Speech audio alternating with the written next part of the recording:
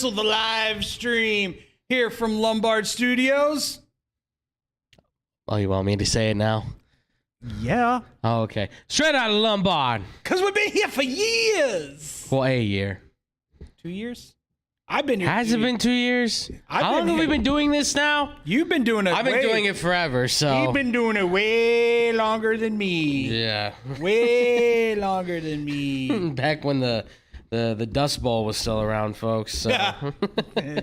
The tumbleweed tumbled through the halls. Feels like it. But that being said, welcome into everybody checking us out on the YouTubes for our live stream show. If you caught us yesterday, it's going to be a lot of the same stuff, but we got some other stuff that we didn't talk about yesterday that we want to get to today. Mm-hmm. As always, I'm David Double D Dykstra. I'm here with my boy, Andrew Valentin. Andrew Pepe Valentin. Sorry, I'm a little bit behind. Bless America. You just have to hit me a little bit. You know, I'm skipping a little bit. It's all right. I'll get going. Dig it, dig it, dig it, dig it, dig it. Give me a few minutes. It takes me a while to warm up, so. But we have a lot to get to today. I don't want these lovely people who are tuning into us to have to wait any longer. We got Bears. We've got NFC AFC West, which sir. We're going to have fun there. Oh, we have baseball news, and then we have what we saved the best for last. We have NCAA football to talk about, Andrew. Yeah. And then, of course, the greatest segment in all of entertainment, we have You're Killin Me Smalls. So that being said, Andrew, you ready to go? Let's do this. All right. Bears' first preseason game was on Saturday, high noon, against the almighty Kansas City Chiefs. Give me your thoughts, Andrew. All right. My thoughts are I thought it was a C+ type of effort that we saw from this team. Basically in the sense of everything that I was able to see from the game, we saw some, we'll deviate into more in-depth on it, but overall I thought there were certainly a lot of good moments coming from the defense. They showed up. Obviously, that first drive was not all that great, but overall, I thought those guys played well. Specifically, there was a couple of guys that obviously stepped up in Brisker and Sanborn, and those guys really showing their all. On the other side of the ball, I thought guys like Tristan Ebner and Braxton Jones, a lot of those running backs especially, showed their stuff, but it just feels like they're still very much off center. It just feels like they're not completely together. I know this is a new offensive coordinator, but I still think they need to get more time together on the field, playing together to make this offense more cohesive. But overall, it's a win. It's good confidence builder. It's a chance for them to kind of go into this next game, which it's a quick turnaround to go into Thursday. Yeah. But I'll say for the first game, for getting a first look at everybody on this squad for right now, I'll give it a C+. I'll give them a decent grade. They passed. I'll go a little bit higher than that, B-. Okay. I was pleasantly surprised by the wide receivers. Yeah. A lot of guys that were small names stepped up. I think that the wide receiver isn't on the talent level of most, but I think it might be a deep pool for the Chicago Bears. Deep in the terms of there's a lot of people. Yeah. That's about it. I can't give too much on the talent, so. We'll have to wait and see on some of the. Some of the players weren't playing. Vallis Jones Jr. wasn't playing, so you didn't get to see him. Right. And then you didn't really get to see Mooney all that much or Pringle that much. So Ebner, like you said, showed up, showed out. He was by far, I think, the best on the offense. He looks that kid has a very quick first step. Yeah. Absolutely. Explosive. Like, he's a home run hitter. You can tell he has that home run hit ability to. Well, he has that, I'm going to make one cut and try and go. And then if I need to, I'll try to make people miss, but he wants to run. He clearly wants to make one move and then just goes for that straight line. And that's the kind of back that people are looking for now. They like and not only that, but we saw him make that great catch and he got in the end zone. So you clearly know you have a nice, we've kind of been saying it, more like a third down back, pass specialty kind of guy, but kick return, I mean, he had a great return on that one. Fantastic return. He's a triple head monster, I think, just kind of like Cohen was, except healthy. Better. Yeah, healthy and better, I would say. Healthy. He's a little bit thicker in the waist too, so that helps. I would say, for me at least, I believe Justin looked more comfortable in this offensive system than he did with Nagy's, and I think that has to do with, I think they I don't want to say simplified it, but they kept it basic for him. I would say that. Yeah. I wouldn't even go as far as saying basic. Basics, I hate the word basic. Well, they kept it. I want to say uncomplex. Right. Okay. Non-complex.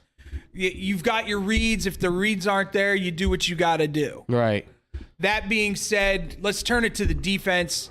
The defense looked absolutely fantastic, and you didn't have your two best players on defense even out there. Right. And Roquan Smith and Robert Quinn. Yeah. So that being said, I give it a B-.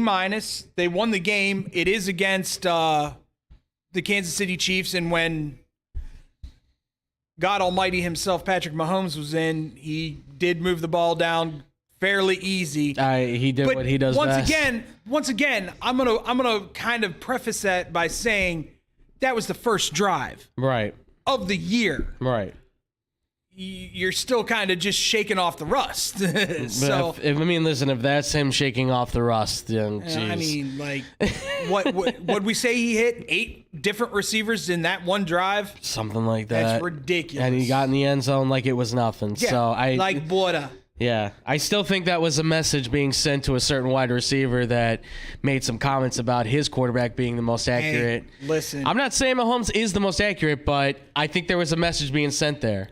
He made Juju Smith-Schuster look good. That's when you can make Juju look good. That's a big deal. Yeah. But little news out of Hallis Hall today during practice, though. It's kind of intriguing. I want to get your thoughts on it. Mm-hmm. Maybe get the thoughts of the people tuning in, listening to us. Hit us up on Facebook, Twitter, Instagram at BlowTWhistle1. That's BLOWTWHISTLE1. I had to take a breath. I know, yeah, that's a lot. That is a lot. Tevin Jenkins, right guard. Yeah. I don't not like it. It makes sense. I mean, listen, at this point, of the offensive linemen that I saw in the preseason, you can totally see why Braxton Jones is getting the look at left tackle. He did a great job. I think he did a great job securing that blind side for Justin Fields. He looks like a man amongst the boys out there. He's got great length, good footwork, techniques there. He's very sound, and you're talking about a rookie coming out of, he's the one either out of San Diego State or Southern Utah. I can't remember which one. But you're talking about a guy that's coming in that clearly has the perfect mindset and the ideal technique that you want for this kind of offensive line. So I like that. Riley Reif has secured, I think, that right tackle spot very well. It's everywhere inside that obviously has a lot of questions. Like, we didn't see Lucas Patrick out there with this team, so who knows how much that makes a difference, because he's supposed to be kind of the anchor to this offensive line, the leader of these guys being the center. Schofield got blown up. We saw that. That could have just been a one-off, obviously, but it's still not a great look. And obviously, you want to see what Tevin Jenkins can do. Is he a tackle? Well, maybe not. Maybe he's more of a guard. You know, and the same thing could be said for Bourne. I think Bourne's more of a tackle. Can you imagine? But Bourne's He's played guard, though. Great. Yeah. Great tackle. Yeah. Though. Great right tackle. Right. So those two from last year on the same side might not be a bad thing. You're talking about one guy that's 330 playing the tackle spot. You've got another guy who's 320 and Jenkins playing the guard spot. If they both can move and be that kind of open the floodgates or whatever and let Montgomery and Herbert and whoever else is running the ball go through, those can be your guys. Ebner, yes. Yeah, but Ebner, I mean, that's the thing though. They want to figure out how he fits in with this offensive line, because either they're not liking what the return could be back on him, or they still, and I hope they are, still giving him a chance to possibly make this team and find somewhere to fit in this offensive line. I think that's what it is more than anything. Yeah. I think they don't want to give up on him. They were worried that he wasn't going to fit the scheme. Right. Maybe he was being a little bullheaded and saying, no, I'm playing tackle or I'm not playing at all. Yeah. And both sides came to an agreement and it was like, all right, well, maybe we need to try out a guard. And maybe he finally was just like, okay, if it means I get to play, let's see how I do at guard. Yeah, you can't be too adverse to that. I mean, whatever you can do to help the team. And once again, it makes you more valuable as a lineman. Absolutely. The more positions that you can play, the more opportunity you're going to get to play, even if it isn't with the Bears. Somebody will look at that and say, all right, you know what? Maybe he's not the best tackle, but he did pretty well at guard. Let's give him a shot. Exactly. Well, like we said, there's a huge turnaround. Yeah. Huge turnaround. They've got Seattle on Thursday. Mm-hmm. I'd say tune in. But I actually probably would tune in for probably the first quarter. Yeah. Because and it's not for what people think that I'm having them tune in for. Mm-hmm. I want to see, hopefully, their first pick of this draft. Right. Carey. Right? Yeah. I always get his last name wrong. Kenneth Walker. No. The cornerback for the Bears. Oh, Kyler Gordon. He should be playing. See? I told you I'm telling you, I have Kerry Wood stuck in my head when it comes to him. It's yeah, Kyler Gordon. Kyler Gordon. Yes. Think Kyler like Kyler Murray, and then Gordon. Josh Gordon. Yes. There you go. Oh, and there was a Josh Gordon sighting at the football game too. There was. Yeah. Yes, that's right. He made a couple nice catches. Yeah. He could be in play with this receiving core. I was literally they got Juju Smith-Schuster. They got the kid from Green Bay. Marquez Valdez-Scantling, Sky Moore, and now, they have Josh Gordon. That's a deep wide receiver group. It's an interesting one because it's guys who are considered either cast-offs or in a rookie, really, is kind of like it is. Patrick Mahomes come to the island of misfit toys. Yeah. Come. Oh, they're probably going like, oh, you mean the ball comes right in my hand? I don't have to do anything? Yeah, I don't have to. It's right here? No way. Somewhere Josh Gordon's go, man, you much better than Johnny Manziel, man, I'll tell you. Oh, good night. Johnny Football never threw a football like that. Shane Bushill, man, I'll take him over Johnny any day. Shane looked good. Listen, man, Kansas City's got themselves a couple of backup quarterbacks, and if anybody needs a backup quarterback, I'd call them ASAP because Bushill led the college football in passing yards and touchdowns not too long ago. Chad Henney's always a good vet to have because he's somehow sticking around. What are you looking for in the game against Seattle? I guess is a question I want to ask.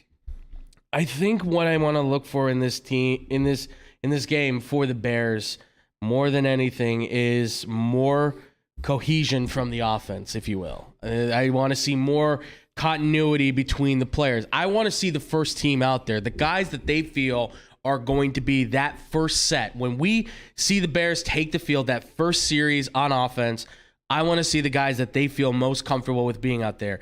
That means I want to see Fields out there with Mooney and St. Brown, or whoever's going to be at wide receiver, getting Montgomery a couple of carries, Herbert a couple more carries, the offensive line that they're looking for. I want to see those guys out there to get at least, I would say, I give them 2-3 series potentially. Maybe just give them 1 or 2 because it's a quick turnaround. I want to say probably they're going to play the first quarter. That's what I would assume because you need to get those guys as much experience together as possible. Outside of that, show the depth they give Tevin Jenkins, I think, a crack at being a part of that starting lineup too, and then give him a lot of time with the twos, especially to get accustomed to playing right guard. Maybe give him a chance at right tackle. I don't know, but I would rather stick him at one spot right now and concentrate him there. I want to see also from the defense, let's see what happens with guys like Kyler Gordon, like you said. I want to see more of Jaquan Brisker because he single-handedly stopped the drive for Kansas City. And they need somebody to be a leader on that defense, and he's taking, I think, a commanding step in being that guy. All you got to do is ask Wisconsin about Jaquan Brisker. Yeah, exactly. And I'll say, speaking of Wisconsin, Sanborn, I want to see more of him. Matt Adams is a linebacker you don't hear enough about. I like him a lot. Joe Thomas is another linebacker I think they should start taking a look at. They've got guys at depth at linebacker that nobody's heard of, but these guys can play. They can make tackles. And then I also, too, want to see, obviously, I'll give him the benefit. I want to see what Vilas can do if he gets out there. That's right, you do. My fear, though, is that this is going to be like nagging injury issues with him. And it's not really even just with the receiver stuff because I want to see him do kick return, too. This guy, we know he's explosive. We know he can run for days. So I want to see him be able to take a kickback at least once and see what he can do with it and run a couple of routes and see what he looks like in this offense too. And hopefully Justin can hit him a couple times and he looks like the receiver that he can hopefully become. I want to see Kyler Gordon and Jalen Johnson up against DK. Yeah. And Lockett. Mm-hmm. And see how that goes. Ones versus ones. And see how that goes, because I've heard nothing but praise for Kyler. Right, absolutely. This whole preseason. Yeah. So let's do this. Right. Let's see how you match up with two of the fastest guys probably in the league right now. So it's a tough matchup. So prove yourself. And then you have Font from Denver as the tight end. Yes. Maybe line Brisker up against him and see how he does against tight end coverage. Yeah, he's going to have to do that a lot. Because that was the one thing that we didn't get to see against Kansas City because Travis Kelce obviously was not going to play. Yeah, Travis Kelce obviously wasn't going to play. Right. But I want to see him play against some – and I would consider, Font upper echelon of the tight ends in the league. Top 10. I put him, I don't know about top 10. I'd put him like mid-tier right now. He just hasn't shown enough at this point. Well, he hasn't had a quarterback for 3 seasons, That's part of the problem, too. And ultimately, he gets traded for the quarterback. And then still doesn't have a quarterback. Right. But that's going to do it for the Bears talk. Coming up after this, it's time to break down the two toughest divisions in the league this year, right here on Blow the Whistle from the Lombard Studios. Man, I'm so hungry. I need somewhere to eat fast. I have no idea where to go. Psst. Hola, me llamo El Taco de Taco. You know where to go for the amazing taste that'll have you craving more? Taco Bell.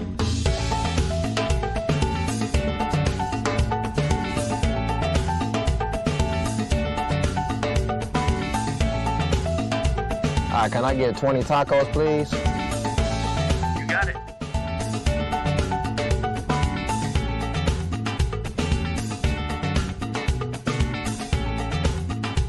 Thanks, Taco. De nada.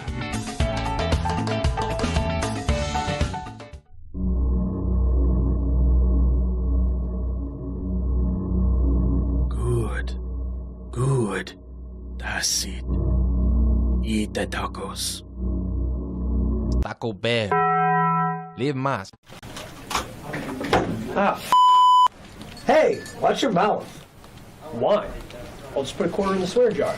Once it's filled, we get a Coors party after work. I've been drinking Coors since my college days. The cold draft taste, second to none. Yeah, worth the recorder, am I right? You know it, mother. Hey, you get those reports done? Yeah. No. You, sir.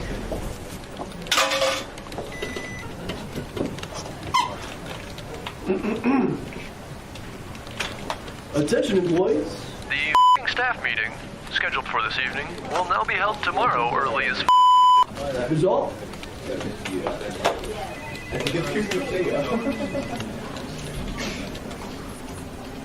Dudes, we're only 75 cents short. Oh, shh. want. Hey, sir, go yourself. You're fired!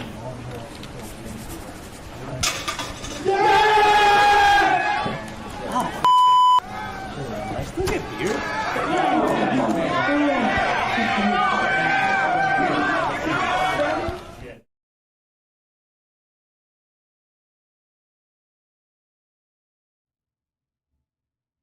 And welcome back to Blow the Whistle live stream here at Lombard Studios. Straight out of Lombard. Because we've been here for years and years and years.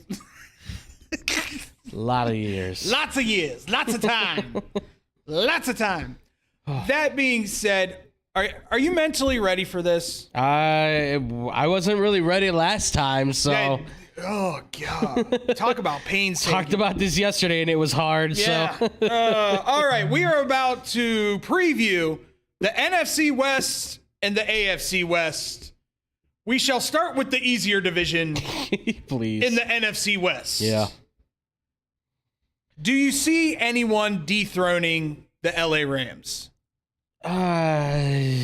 Not really. Unfortunately, obviously the Seahawks, let's just say it right now, they're completely out there on a rebuild. They're trying to do What are you something. talking about? They've got Drew Lock. Don't you dare say Drew Lock. They've got Drew Lock and Geno Smith. Yeah, well, Come on. neither one of them have really impressed me at once. So let's just say right now they're kind of, there's an uptick, but it's a very slow uptick. It may not get there for 3 or 4 years. All it's going to take for that offense to start clicking again is a quarterback. Yes, and they're probably going to get one next year Yeah. in the draft. So, Well, you know they're not getting Jimmy G. no. The 49ers aren't stupid enough to trade Jimmy Well, G it's not even within their own division. It's not even about that. It's the Niners are going to be like, all right, first round draft pick. And Seahawks are like, no, we're not going to do that. You get out of here. Okay, then you're not getting him. All right, it's fine. So I still think he's going to the Giants, by the way. I still think Jimmy G has a shot to go to the Giants. Just give up on Daniel Jones. Get more competency on offense. You know what I'll to do. tell you right now where Jimmy G's going there, big guy. Home? He's going. home? He's gonna go take the Browns to the Super Bowl. That's not happening. He's gonna take them Browns to the Super Bowl. That's what he's gonna do. More like the toilet bowl. Outside of the Seahawks, honestly, the Niners and the Cardinals Hey, are the only one. Wait What? a minute. What? That was the perfect opportunity to go. Chocolate starfish. That's what I'm There we talking go. about. Yeah. That's my boy TJ. All right. Good job, buddy. And with the fingers up too. Nice. That's what they've always been. I man. love it. Yeah. You know how long I went on the internet and searched Deshaun Watson pointing? The chocolate starfish. 2 hours. 2 hours to find 6 pictures or whatever it is I have up there. That's great. That's fantastic. As long as he's pointing his fingers, I work hard. It's all good. Work hard at my job. It's but all good. I honestly, the 49ers, the Cardinals, yeah, maybe, but the 49ers, Trey Lance is just starting his NFL career. He looked, let me preface this. He looked good against the Packers. He looked better than his counterpart being Jordan Love. But once again, everybody is like, oh, the Packers, because of Aaron Rodgers. Right. But how many times have I brought up, yay, you paid Aaron Rodgers. We've all said that. Where's the defense? Yeah. You paid him $50 million a year. That's wonderful. Now you have very little money to spend on everybody else because and no Devontae Adams. Yeah, and you can't even spend on a long-term deal because you've now backloaded his contract so much. By the time he's getting paid a bulk of that money, oh shoot, we can't really pay anybody. So have fun, Packers fans, in the future. It's going to be a fun run. You better hope you retire soon. But honestly, the Niners at this point, they're just starting the journey, and I don't know if Trey Lance is the guy or not. I feel like he is, but there's so much. I said last year that I thought he was probably going to end up being the best or equal to the best quarterback in that class. It's possible, yeah. Very possible. And right now, depending on this year, right? But right now, I still have him and Justin Fields tit for tat. I mean, he's got an offense that will not let him, force things to happen, right? Kyle Shanahan is very, Oh, he's quarterback friendly. Yeah, he loves to, okay, all you have to do is throw it like 25, 30 times and not throw an interception. Throw a couple of deep balls to Debo. I think Brandon Ayuk is going to have himself a decent enough year to start proving himself. If not, last year already was a proving point. I think there's going to be more from him. George Kittle's still there. He's got a lot of weapons to use. He's just young and inexperienced. If Kittle can stay healthy, Kittle's going to make a huge difference for them. Otherwise, they're leaning. You got 3 running backs. You saw them. They used all those running backs. Elijah didn't play, but he's going to use them. Yeah, they're going to use a bunch of running backs. Debo will have a couple of trick plays. The defense will feast. They'll win probably 9 or 10 games. The Cardinals right now, they're going to start off 0-6. I will call that right now. I don't know if they'll go 0-6. Unless they have Seattle on their schedule, they're gonna start 0-6. I'll say I think they split the difference on 3-3, just because there's too much noise. Too much talking going on there.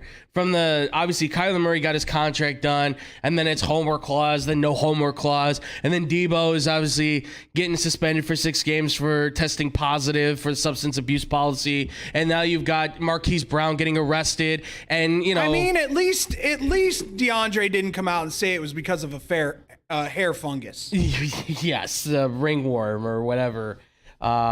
Soon to be next subject we'll be talking about. But good Lord Almighty. There's just so much noise going on there. And then there's obviously the uncertainty of if Cliff Kingsbury's the head coach or not. So for the Cardinals, I don't know. I don't know where they're at. Let's go over this. Yeah. They're 6 games without DeAndre. Do it, yeah. They start off with the Chiefs. Loss. Competitive, but I would say loss. I would say loss. Raiders. Again, competitive, but I think I would give them an L on that. Rams. Yeah, I don't think they're winning that first game against the Rams. Here's the first game that they could possibly win. Yeah. Panthers. They could win that game. Yeah. They very easily could win that game. All depends on Christian McCaffrey. Right. Well, and who their quarterback is. It's going to be Baker. I would assume at this point. Baker looked better than Darnold, only because Baker was making quicker decisions. Yes, Baker was getting the ball out faster, but it was Darnold that obviously threw the touchdown, which everybody's in a hoopla of, even though at the end of the day... What did he do? Desmond Ritter threw a touchdown. Even though at the end of the day, I got to be honest, PJ Walker made the better big play, so you got 4 quarterbacks you got to decide from. Hey, Chicago, call up Carolina, see if you could get PJ Walker. Yeah, or just wait for him to get cut. That's true. I didn't even think about that because they're not cutting Matt. No, they're not. They're going to probably cut him, if anything. Game number 5, Eagles. It's tough. That's a tough one. That's a 50-50. That's a 50-50. If I had to lean anyway, I think they can actually win that game. Just because I'm going to lean Eagles. I'm only saying they could win that game on the basis of the Eagles. I think are going to need like 2 games to kind of get everything in order. You know what I mean? That's game 5, dude. I mean, yeah, okay, yeah. You know what? I'll give them a loss on that. Here's the one game that I know they'll probably win. They're at Seattle for game 6. They could win that. So in all retrospect, I could see where you're thinking 3-3. Yeah. They could also go 1-5 very easily. Absolutely. And after what I saw last year without DeAndre Hopkins, right, I'm leaning more towards the 1-5. Because whenever he got in trouble, Kyler Murray was throwing up and going, please catch it, DeAndre, please catch it. Yeah, he didn't have his safety net. So it's going to be a lot of relying on, obviously, if Marquise Brown, when he plays. And God's after J.J. Watt all of a sudden. Yeah, so. Exactly. So, and Zach Ertz is still there, obviously. Rondell Moore is going to be a big part of the game. I really hope he takes a step forward. I think he will. I definitely think he has to at this point. Because he's counted on to be a part of that future for this team. Hollywood, why they make traded or break for him. Hollywood? Well, you know why. I get that they were teammates in Oklahoma. Yeah. I understand that. And it's make or break for him at this point. No. I mean, unless they're going to run Oklahoma's offense. I mean, that's pretty much play against that's pretty TCU? Much what they're kind of doing. Well, yeah, they're not playing TCU. That's what I'm saying. They play that spread open offense that gives Brown a chance to kind of run routes and get free a lot more and throw the deep ball to him. So, and they have chemistry together. And obviously, if you look around the league now, what are guys doing? They're trying to get quarterbacks with their receivers from college because it's working. It's working. It's working. One time it's worked. It's working. It's worked one time. It's working with the Eagles. It's definitely working with the Bengals. Where did it work for the Eagles? Devonta Smith is getting. It did not. We'll see how this works out this year. I think he'll take a step forward this year. I think he was adjusting to pro football. Yeah. Well, and AJ Brown's going to take a lot of pressure off of him. So yeah. And Goddard and whoever else they have out there. Bye, by the way, Arcega Whiteside. Have fun. So yeah. Who you got?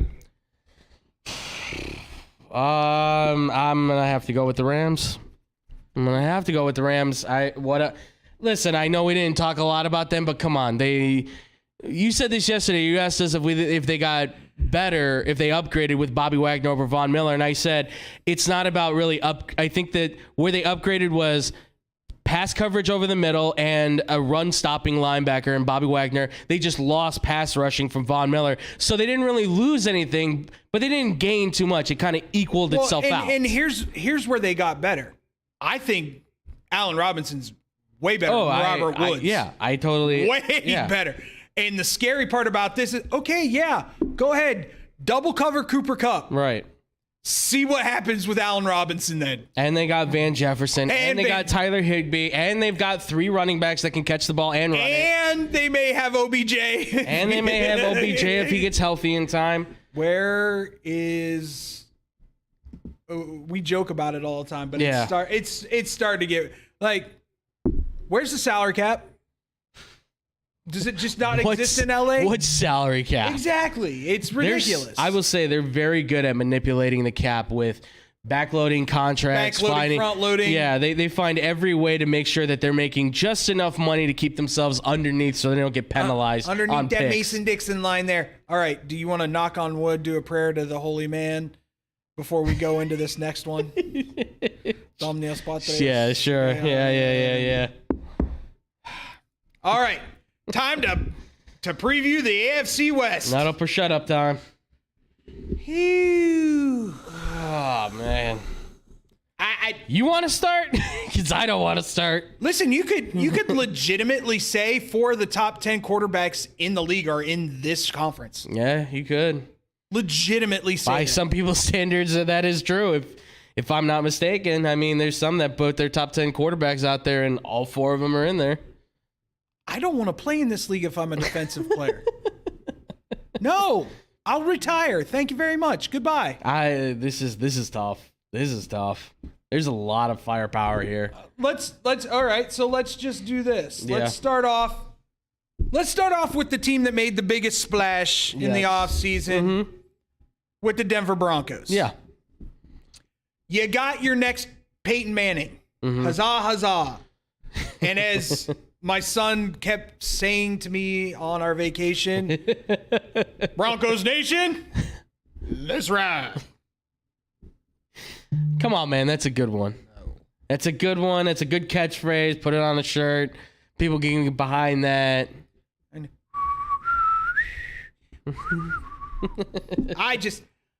Here's the scary part about Denver. Yeah. Their wide receiver core hasn't been healthy for 2 years. Yes. If that receiver core is healthy, they can be pretty scary. KJ Hamler's like, what, 3rd or 4th on the depth chart? Yeah. And he can break it on you in any moment. Well, I mean, that's the thing is no Tim Patrick now. So you're like your biggest wide receiver, one of your biggest guys is out. So now it's Sutton, Judy, and Hamler. Those are your 3 guys. And if anybody can develop a wide receiver, we've seen it's Russell Wilson, from Tyler Lockett to, shall we not forget, when he came into the league with good old Doug Baldwin, everyone went, who's this 7th round draft pick from Stanford? He'll be nothing. And everyone said, thank goodness for Doug Baldwin. Like, he came out and Javon Curse is another one. Like, he makes these guys better. That's what you want out of your veteran quarterback. And what better place to do that than say, I've got 3, I think they're all under 27. They're all, I think, 26 or 25. I'd say 25. Yeah, they're all 25. I want to say Judy and Hamler went in the same draft. Yeah, I think they're both about 23, 24. I think Sutton's 26. I got 3 young wide receivers that'll listen to me and do whatever I want. And there's Judy and Hamler are scary fast. They're sprinters. They're like scary sprinters. Fast. They can start and stop like nobody else right now. And Sutton is a big body that has a uniquely fixed gear to be able to go from 0 to 60. Like, he can push it the next level if he wants. This is a fast football team. It's all going to come down to on how if they can stay healthy and if they can work it. We talked about this yesterday, and y'all are gonna laugh at us when we come to the conclusion that we came to. But that's okay. Yeah. All right, let's go to where the biggest wide receiver changes have been made. Yeah. Kansas City, better or worse without Tyreek Hill? I take his mouth out. I think it's better. I think he talks too much. Honestly, Do you think that's why they were so willing to be like deuces? well, the number one problem is he was costing them a lot of money, and they were going to hit the cap soon, so they didn't want to have to deal with that. So trade him now, get a bunch of picks, and reload the team, right? Because unfortunately, with Tyreek Hill, you can find. I'm sorry to say this, you can actually find another Tyreek Hill or develop that guy, and you might have him in Sky Moore, who's cheaper and younger. And you don't have to worry about him running off his mouth except for saying, yeah, I really like playing in this offense. That's about it. That's all you're going to hear from this guy at this point in time. Tyreek Hill talks a lot. He's going to be opinionated. He's going to open his mouth. There's nothing wrong with that. But when you do it a little as much as he does, it can wear on the team. So I think getting rid of him talent-wise, yes, it's a loss. But at the same time, what you gain back in a receiving core, when you're talking about Scantling, you're talking about you drafted more, you got Juju Smith-Schuster, take it or leave it for what it is. And then obviously you've got Josh Gordon, who's been on the team for about a year now. This is his second year in the system, and he came into the system late. Exactly. So and he's a big body that can still play. And then you still have Travis Kelce. Has fresh legs at 20. Yeah. He hasn't hit 30 yet either, has he? I think he's about to hit 30 if I'm not mistaken. So 27 or 28. Yeah, he's up there, but he's not. He's not a normal 28-year-old. No, because he hasn't played. That's the thing. He hasn't played because there's been suspension after suspension. And it sounds like he's got his mind cleared. It sounds like he's got himself Funny on how the right. that happens when you're in a great organization. Right. Exactly. Isn't it weird how you go from Browns where there's dysfunction and complete disarray and you go to the Chiefs and it's Seattle. Like... Don't forget about it. Stop in Seattle. Seattle was nice too because, Seattle was kind of a crossbreed between... the owner died, and then all of a sudden Pete Carroll's like, I can do whatever I want. It's like, oh no, don't do whatever you want. Is it USC? Yeah, exactly. Please change the offense. I'm asking you, please. I think the Chiefs, though, they're on the same track though, because you still have Travis Kelce, so you have your big wide receiver body still, your big playmaker. Sky Moore could develop into that guy. I still think Juju has something left in the tank. I still think he does. Juju's one of those players that wants to flip the bird. Oh, of course. He wants to be a celebrity as well as an athlete. He wants to flip the bird at Pittsburgh and go, you were wrong on one and it was me. Yeah. Yeah, he wants to show like I can do it without Big Ben. No, you can't do it without Big Ben.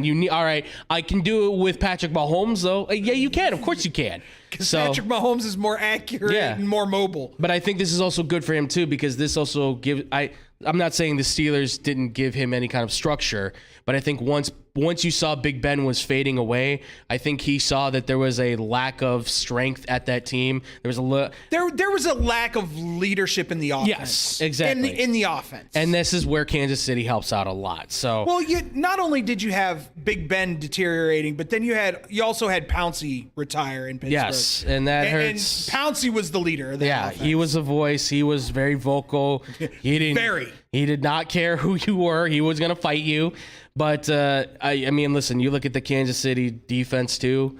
I mean, that defense is primed to do something special again. They lost a key component. That's the one thing. Losing Tyrann Matthews, that's huge. That's a big part. But nothing against him, but you can develop another safety out there that can play that field. But can you develop that leadership that Tyrann Matthew That's where Chris Jones, the defense. defensive tackle, defensive end, whatever you want to call him, that's where he's going to have to come into critical play. So my whole issue with losing Tyrann Mathieu, and I think it's really cool that he went back home to play with the Saints. So, and that defense was good as hell last year, and I can only imagine. Oh, he's having the time of his life now. He gets to hang out with Marshawn and all these dudes he's already friends with, but now he's like, I'm back home with these guys? Like, hell yeah. But that being said, Tyrann was the one that ran that defense. Yes, absolutely. So you're also looking for a leader to run the defense as well. Yes. So I'm going to be interested to see who steps up there. The scary thing for me was watching Patrick Mahomes on Saturday Granted, it was a preseason game, Yeah. first drive, but when you distribute the ball to eight different receivers Yeah. on one single drive for a touchdown, Yeah. and Travis Kelce wasn't even out there. No. Like, that is scary. I think the last time I saw something like that, it was either Brady or Drew Brees, I think, that saw that, and it was like only 6 or 7 receivers in It was one drive. probably Brady. I think both of them did it at some point, but it was like 6 or 7 different receivers. It was, Colson to Lamort or whatever down the field, and Brady, obviously, it was probably Moss to Welker to whatever. I mean, these guys can easily march down the field, no problem. And Mahomes is no different. All right. Different. So, that being said, let's move on to the other team that made a huge splash in free agency or trade. Yeah. By the way, real quick, just before we go, I want to say George Karlaftis for the Chiefs. I told y'all he was going to be good. By the way, I knew he was going to be good the moment Travis Kelce's like, we just got who? Yeah, exactly. Heck yeah, baby, let's go. That's a Boilermaker for you folks. He goes, they draft him, and all you hear from Travis Kelce is, let's go. I'm sure everybody saw that play where he chased down the ball carrier on. Yeah, get ready for a lot of that. He's dynamic. Damn Bears. Las Vegas Raiders. Devontae Adams. Yep. Back with his college sweetheart, Derek Carr. Yes, sir. Is it going to make that big of a difference? I think so. I definitely do. Right. I think this is a team that is primed to make something happen, make some serious, and that's hard to say in the AFC, of course. That's hard to say. It's hard to say in the AFC West. Yes, it's hard to say in this division, period. God bless America. I know, but when you consider the fact that it's now Devontae Adams on one side, we've seen the growth of Hunter Renfrow. We know what Darren Waller can do and what he can become. That's the guy I'm scared of now on that team. Absolutely. Because now you're double teaming, more than likely you're double teaming Devontae Adams. Yes. Gives Hunter the underneath more than likely. Mm-hmm. And Darren Waller's just... He controls the middle. Like, you can't blitz a linebacker now. If you're the Bears, let's say it's the Bears playing them in that 4-3, you can't blitz the outside linebacker now. You have to cover him at every chance you have. And I would say you have to play the middle linebacker then and put him in his zone over the middle too. I wouldn't even trust a linebacker on Waller. No, I would probably put linebacker and safety on him at that point, which means you're doubling on him. So somebody's coming free somewhere. Because the Raiders play with 3 wide receivers usually, so that third guy coming in, whoever he is getting the ball. And don't forget, ladies and gentlemen, this is Josh Jacobs' prove it year. And it sounds like he wants to prove it. And by the way, that first preseason game, he went out there and tried to prove it. He wants to show Josh McDaniels, you're keeping me. I was drafted in the first round for a reason. I'm not saying he's going to take the major step, but he may not hit, I'm going to say this, he may not hit 1,000 yards, but I think he'll hit double digit in touchdowns. Rushing and receiving, I think he'll be there because this offense is predicated now on Derek Carr throwing that ball. There's a good chance he's going to be wide open on some screenplays to make a lot of opportunities Fly happen. routes. Absolutely. Yeah. He's that kind of a running back. He's not just a hammer through the middle. This team is hot, ladies and gentlemen. Vegas, if you're rolling the dice on this, hit it on 7, folks. I'm telling you, bet it on 7. Bet it on Raiders 7. Always bet on black. Always bet on black. Yeah. Silver and black. There you go. Yeah. There you go, folks. Always. All right. And then we come to the team that nobody's talking about, but maybe the best team in the division. I'll say on paper right now, I would say so. Just low-key making moves in the offseason that weren't like... I don't know about low-key, but... They weren't like, oh my God, moves. They were shocking, but not shocking. Do you consider the Khalil Mack move a whoa move? Not like a oh my God. I would consider like a whoa. Okay. Not like the Devontae Adams. No, the Devontae Adams one. That's kind of what I'm getting at. Yeah, they were making moves, but it wasn't like a whole. Okay, they're all in. Of the moves it was made, I'd put it in the top tier of moves made this year in terms of trades and signings. I don't think a lot of people would. Maybe. It's certainly because it wasn't like a first round pick that the Bears got back. I think that's kind of what deviates off of it because all they got back was a second round. But when you consider the fact of what the the Chargers are getting, I still think it was a pretty wild move. It's a strong move to put next because Who are you going to block? Who are you going to block now? Who has Joey Bosa had really on the other side most of his time? Melvin Ingram. This guy's way better than Melvin Ingram by a wide margin. You going to double Joey or are you going to double Khalil? Yeah. And let's not forget they got 2 big boys in the middle too that can make some noise as well. And they've got linebackers that can come for days. And they've got cornerbacks that can blitz too. This team can be insane. This team can be insane on defense. And we haven't right even now. touched on the best player on that team. Yeah. Seriously. This division is horrible. What we call it? We called it, they do this in the World Cup. Yep. Or they used to. They don't have it anymore because they changed the drawing process in the World Cup. But they used to call it, what was it? The death pool. The death pool, yes. Yeah. God, this is the death pool in the NFL this year. You don't want to be part of this, folks. But like we said yesterday, here's the scenario. Yeah. And TJ, if you want to come in on this, feel free. We kind of brought this up, and I want to hear what you think. Say they split all their divisional games. Each team loses 4 games, and then they win out on all the rest of their games. Highly unlikely to happen, but with the skill of these teams, I wouldn't put it past it. And now each one of those teams is sitting at 13-4 in that division at the end of the year. Yeah, I mean, that's very possible that they could just beat up on each other. Or you could have, like we have in baseball with the AL East, that you could have a guy coming out of the AF West, and then the 2 wild cards could be, let's say, the Chiefs and the Broncos just coming out and just filling it up and just beating each other up for the entire playoffs. There's 3 wild cards now. Yeah. That's what I'm saying. Like, I would not be surprised if all 4 of these teams made it into the playoffs this year. At all. And like teams like, let's say Baltimore ends up at 11-6 on the outside looking in because the whole AFC West is sitting at 13-4, 12-5. Yeah. I do not doubt it one bit. Yeah. So, that being said, TJ, I'm going to ask you first. Who do you think's going to win the division? Ooh. The $1 million question. Yeah, exactly. Okay, so I can go really, really selfish because I've gotten a couple of these guys. I could go with the Chargers only because I want to see my stuff escalate exponentially. Because if you check my Facebook out, you can see I got a picture next to Austin Keeler, and I'm like, oh, he's just a little guy. No wonder they can't tackle you. But no, I mean, I could see them doing. I'm gonna have to go with Kansas City, honestly. All right. I think it's gonna have to be. I mean, I think they have too much speed. They have too much experience with Patrick Mahomes. I would love to see. I mean, I think Sky Moore is gonna blow off the doors off some of these guys. Oh. So I mean, that's me. The Raiders, I don't know.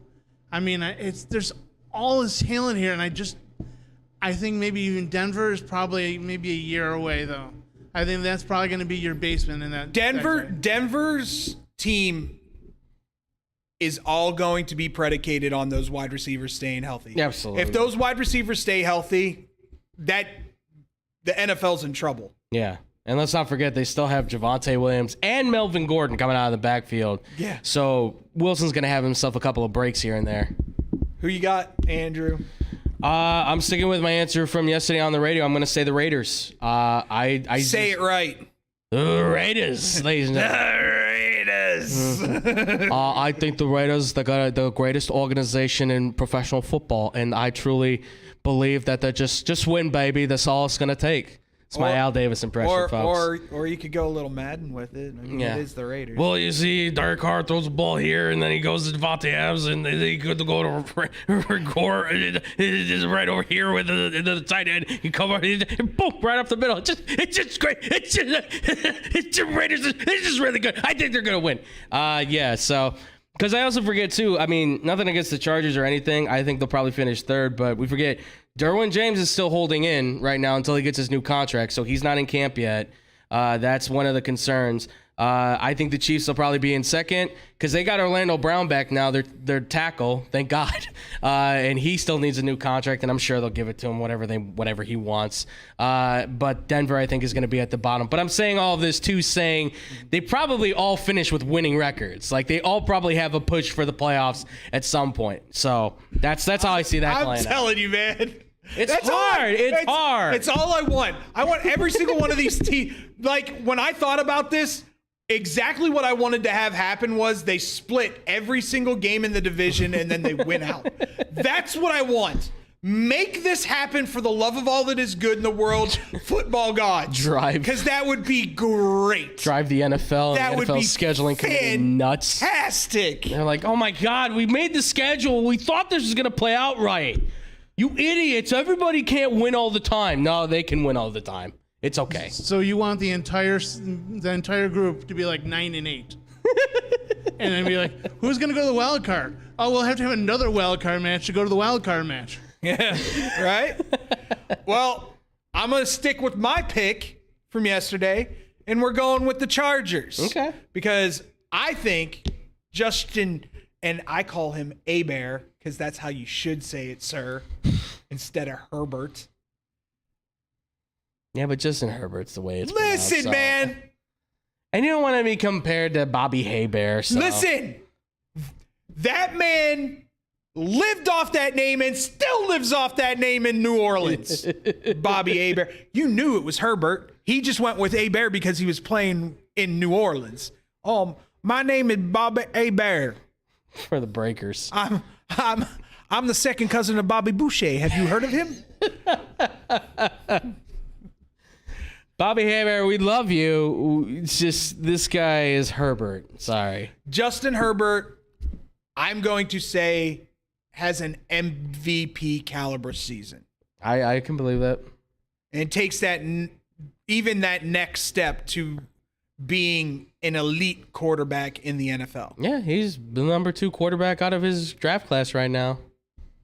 Oh, yeah, that's right. I was about to say, did little Tweedle pick Denver?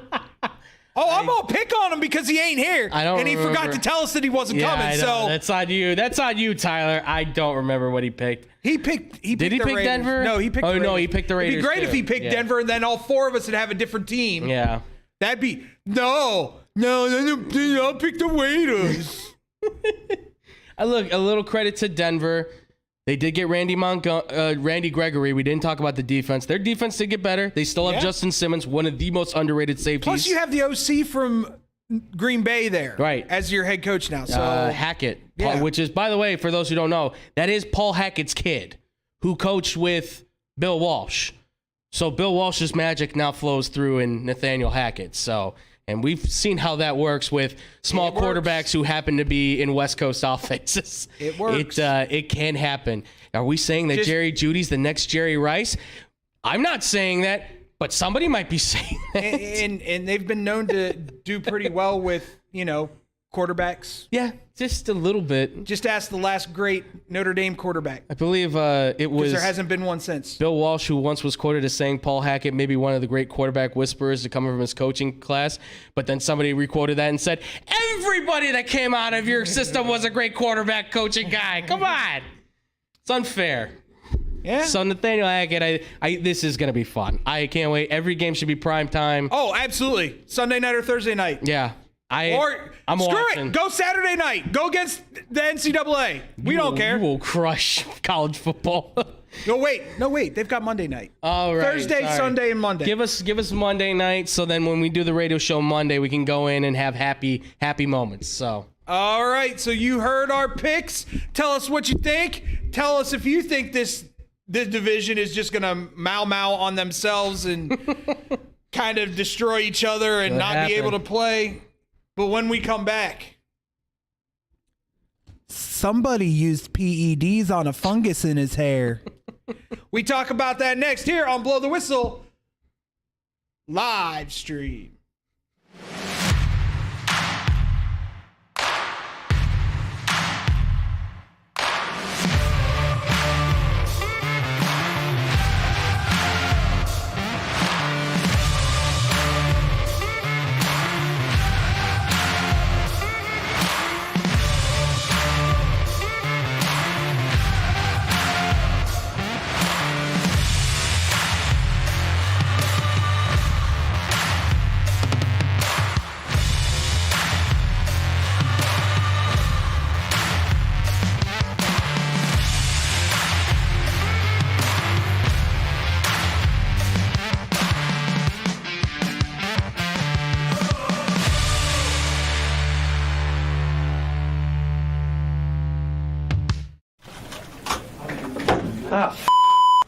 Hey, watch your mouth.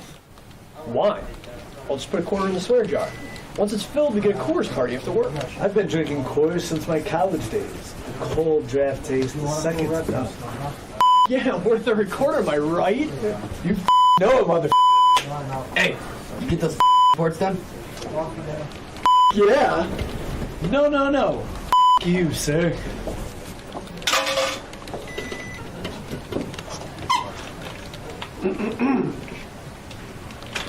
Attention, employees. The staff meeting, scheduled for this evening, will now be held tomorrow early as That is all.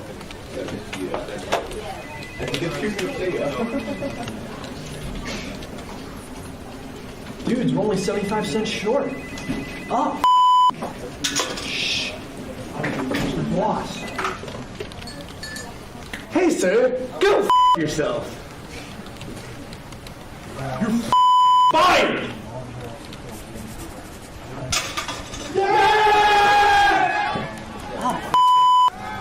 I still get beer.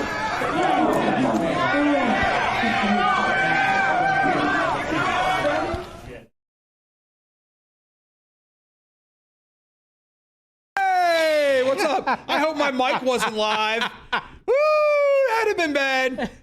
A little cussing was going on. Behind the scenes shop talk. Behind the scenes stuff going on, and yeah, that wouldn't have been good. Welcome back to Blow the Sorry, Whistle. parents and kids. I apologize for my profanities. Oh, boy. Welcome back to Blow the Whistle, the live stream here at Lombard Studios.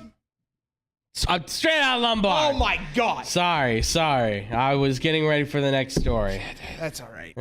You had fungus on the brain? Yes. Yeah. It's a good way to put it. Say I had a ring around me a little bit. Oh, jeez. Let's just be real here, people. We're about to talk some baseball, Yep. and I'm not saying, but this subject might come up later. Really? Just might, because somebody's daddy is an idiot. But do you want to let's briefly just chitty chat about this 80-game suspension for Tatis? Mm-hmm. Do you really think he had no idea? Or do you think he was just being lazy and didn't tell the team? Because you can do that stuff. You just have to inform the team that you are on those steroids for medical reasons. Right. Cody Decker went into this quite a bit because he had to do that while he was in the major leagues. He says, you're allowed to do it, but you have to inform the team that you're on it. That way they can inform MLB that you're taking steroids for a medical reason. Right. This is tough. And I thought a lot about this. Take the $340 million away from him and slap him on his wrist with a ruler and go, bad Tatis, bad. I would love that to be the case. I thought about this very hardly.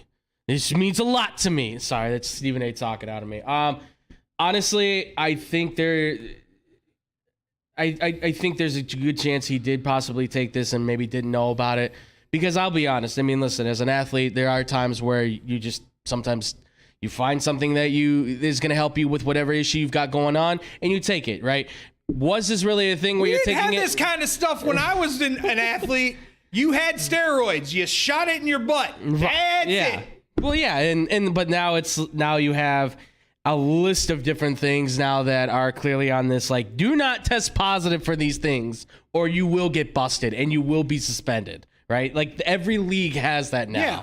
And I think it could be very possible that he did not know that was in there for what he was taking. Because you have to think, a guy like him who's a star player, right? Probably has people around him and probably says, hey, I went to the doctor or whatever, and somebody said this is ringworm, so can you go to the store and pick me this up? And they go get it, whatever, and he takes it, and who knows? He may have not known about it. So there's a possibility on that. However, I feel like if you're a major athlete in any level, you're a professional, you should have somebody like looking over the bottle of what you're about to take. Maybe the nutritionist? Yes, the nutritionist or maybe even talk to the team doctor. And like Cody Decker has said, talk to the team and tell them, hey, I'm about to take this. Whether or not there's something in there that you know about, just say, I'm about to take this drug potentially to help me with this. I'm letting you know ahead of time in case something comes up. Can you let the league know? And they could probably go, sure. I just feel like there needs to be a level of precaution that he clearly didn't think about because he's young, he's a little bit immature, and I think that's part of what... bit? Well, yeah, there's a lot of it on him. From the comments that have come out from his team, Yes. there's a lot of immaturity on his part. And that's part of the problem here. For a guy that's a big superstar that got paid super early, 2 years into his career, he got paid a ton of money. And he's clearly, I think, letting the money go to his head. And look, I'm not saying the White Sox wouldn't love to have him, but if you're clearly saying this is the kind of star he's turning into, that's something that I tell teams to be super cautious about, because that can turn into, dare I say it, Alex Rodriguez, where you're getting fiery temptations and tempers, and you're getting Rangers? Rangers, A-Rod? Yes. Bats are getting thrown, teammates are getting yelled at, fights in the locker room, you're arguing with your manager. You can't have that. And that's what I'm afraid that this is going to turn into. This is not so much about him being suspended. This is about him not acting in a more mature sense for a guy that's getting paid a lot of money. All right. So I don't even know how to broach this subject. Yeah. Because for me, as you can plainly see, my physique has never been one to be admired.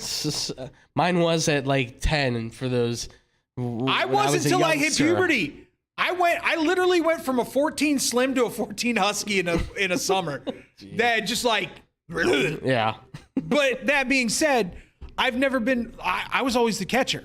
Right. You're expected to be fat and agile as a catcher. Right. I hate a thin catcher. It makes no sense to me. It's stupid. You should look like a brick house. Should be Pudge. Oh.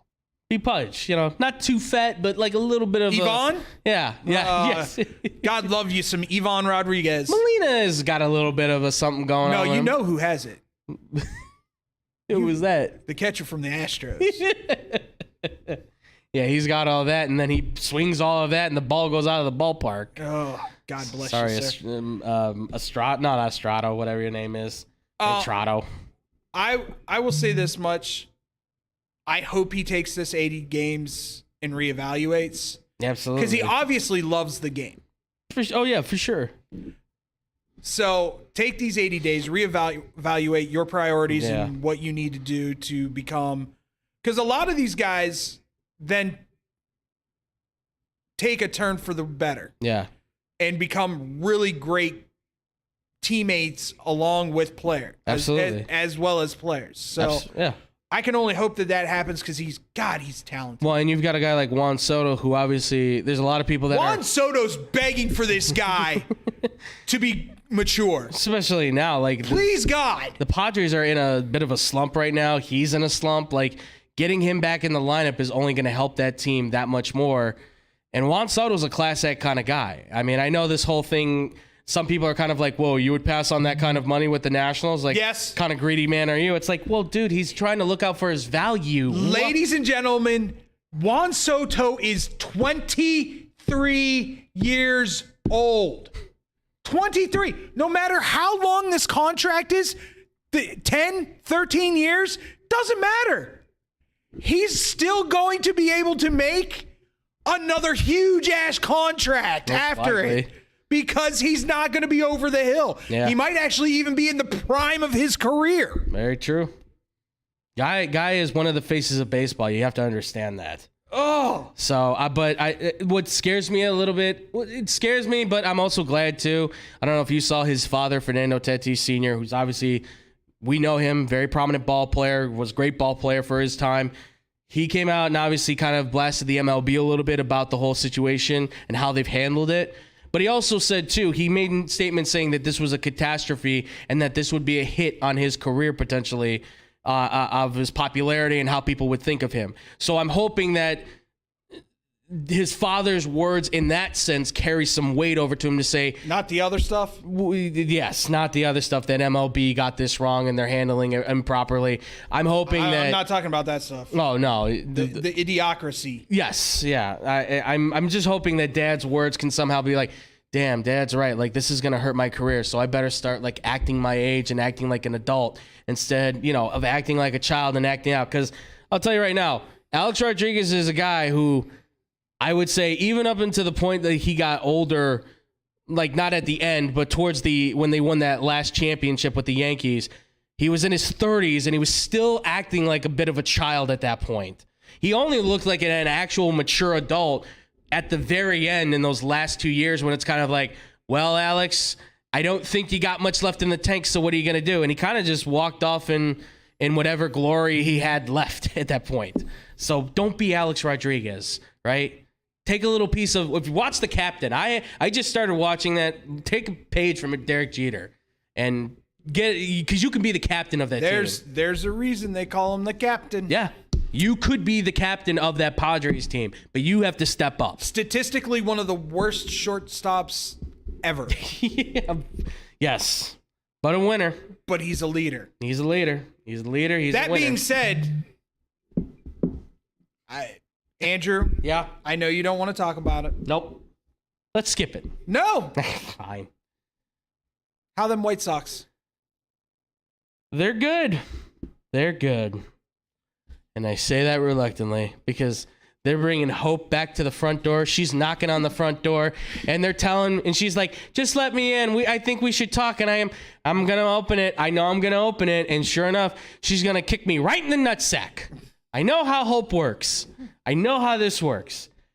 I'll say this. They're on a 4-game win streak. They played tonight against Houston. They got a great win against Houston. They had a good comeback. The problem is I'm sick and tired of the comebacks. They're in Houston right now. No, they play them tonight, if I'm not mistaken. No, I thought it was they're tonight. playing them right now. So, all right. Well, they're playing them right now. So, they were up 1-0. I hope the White Sox. I hope they can pull it off. I hope that they can beat the Astros here. I would like them to take the opportunity to be able to win this series. But it's tough, man, because when we keep looking at the way that this squad is built and we see how there is talent on this team, nevertheless. And I know, I'm gonna go a little bit off here, not off, but I'm gonna do a little bit of like my own mini rant, if you will. Somebody has to step up in this clubhouse and become a leader. At some point, somebody here has got to be the guy that takes control of the reins and has full grasp of the helm and controls how this ball club moves, because there's clearly something still left in the tank that they can pull it out. And they're doing it, I think, out of spite of the manager once again. I don't think Tony's a part of this. I don't know if you saw this, TJ. I'll ask you, did you see the whole thing that came up about there was that talk of somebody said something to La Russa from down at near the dugout. They said that he should pinch run, and apparently after that moment, you hear somebody say pinch run. He puts in somebody to pinch run during the game. Did you see anything about that? Yeah, I saw that. So they were sitting there, and actually Steve Stone and Benetti were talking about, should you trade out? I think it was Andrew Vaughn. Yeah. For him, and then they started. Should you do it? Maybe not. I don't know. And all of a sudden, then I think they scored another run. They tied it up, and all of a sudden, there were people who were like, "You should trade. You should do it." And the guy was screaming at La Russa, and La Russa was kind of like, "Oh, you know what? That's probably a good idea." Yeah. And then all of a sudden, out of nowhere, you see that all of a sudden you see him in there. It's like, whoa, why didn't you do that before? Like, yeah. You if you're gonna make that move, you should have made that beforehand and given Vaughn, a little bit of time to get back out there and be prepared for that. But hey, you know what? They won the game. But yeah, no, they're as you said before, they're winning in spite of La Russa. Yeah, they have to be at this point. There is no leadership coming from the skipper at all. Did you take my saying? Yes, I did. Did you take my saying Yeah, while I of course had I a phone did. call I had to take? I had to do it because it's not a lie. We've been It's saying not. it almost a year now? Yeah. Ever since the playoffs started, we said we were one of the few shows that were like, they're not going to win the series. No. He's going to get outmanaged by Dusty Baker. Yeah. And it happened. The team is winning in spite of him, not because of him. Yeah.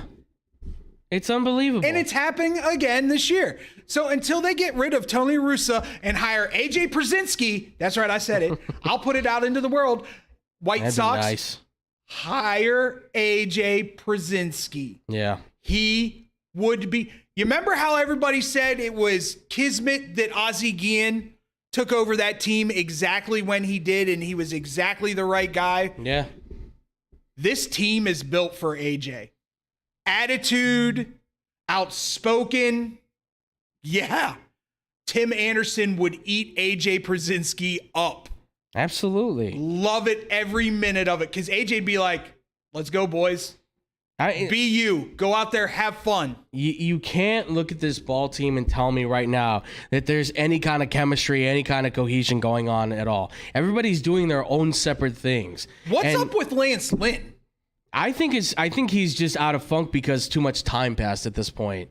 I think just too much time has passed at this point for him to even get into a rhythm where he can feel comfortable. And I'm sorry, but there's got to be a better catcher out there than Yasmani Grandal at this point. You had one right across the freaking street. Yeah, and you didn't want to make a phone call about it. And I'm sorry about this too. Andrew Vaughn's got to start getting in the game as like a first baseman, and I don't know, put Abreu at designated at the DH at something, because you can't keep Andrew Vaughn out of games anymore. He's too clutch a hitter to keep him every once in a while just kind of playing at that DH spot. He's going to be the future first baseman. I truly believe that, because they're not giving any looks to Sheets right now as being the backup first baseman. Well, I thought the original plan was Eloy. That's what, because he originally was like a first baseman, I thought, when he was coming out of the minors. But now Eloy's kind of been more predicated to the... I'd rather have Eloy at first and not trying to dive for balls he doesn't need to dive for. That'd be nice. That would be nice. Put Vaughn in left, and let's go. He's not been bad in the outfield. I just would rather them get an outfielder that actually knows that. He dives when he doesn't need to dive, and then he like tears labrums. Yeah, well, that's the thing is he doesn't have a good read of how to work the outfield there. That's part of the problem on his defense. And they're still having trouble running the goddamn bases when it's not that tough. Know who steals, know who doesn't steal. Know when to go, know when not to go. Read the freaking field, folks. It's not difficult. Hey, just a suggestion for tonight, because tonight is an epic. This is kind of a do or die moment. Pitching matchup tonight. Yeah. This could end up as a 1-0 game. Yes. And you were right. They do play tonight. I thought so, yes. My headliner hadn't refreshed. Yeah, it's play at 7 tonight. And I'm going to be watching.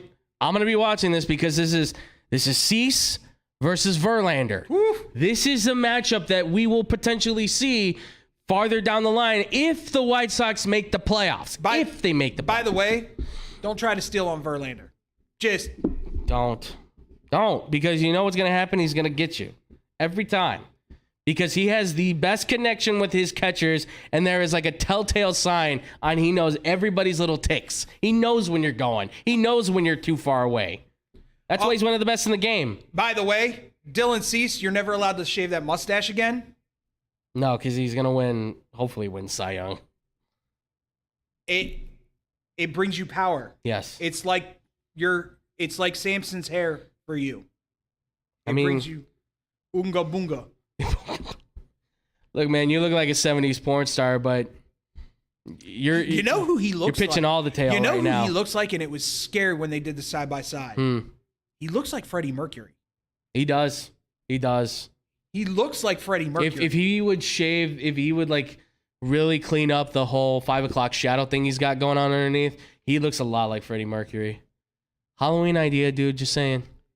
Just saying, Dylan Cease. Not bad. But listen, if they can beat Verlander in this one, if this Cease can get this win, this puts him over the top, and this puts the Sox in, okay, we're on a 5-game winning streak. Our best pitcher just got the best win against one of the best pitchers right now in the game. We have some momentum for ourselves. They have to take that. And La Russa, just take a nap. Just take a nap. Don't worry about the game. The boys got it handled, okay? They're clearly figuring something out, and I don't think it's because of his involvement. I have to believe it's not because La Russa is making good moves. So that being said, sorry. You're going to have the same situation as last year, unfortunately. I think so. They probably will make the playoffs. Damn it. And get close to being swept out of the playoffs. And that's what worries me, because after that, who knows what could happen. All right. Time for some hots and knots. Who are your hots and knots as far as teams? I can't say the Yankees and the Padres anymore because they're in slumps. Jesus. Sad to see the Yankees struggle. Why is it when Joey Gallo goes somewhere, they win, but when Joey Gallo goes away, they lose? It's weird how that works, right? Because the Dodgers were steadily kind of a little bit rough, and then the Yankees are winning, and then the Yankees trade Gallo to the Dodgers, and the Dodgers are now on a win streak, and the Yankees are now on a losing streak. Listen.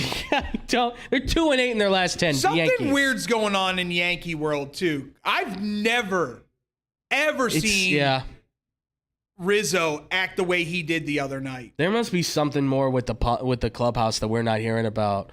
Like arguments or something. Somebody's not happy somewhere. I don't know. They're all pushing. You can see it when they're swinging. Could it be pressure getting to him, you think? They're pushing hard. Yeah, you can tell that they're trying to make things happen instead of letting things happen for them. I mean, they're sorry to say this, they're not even the best team in New York.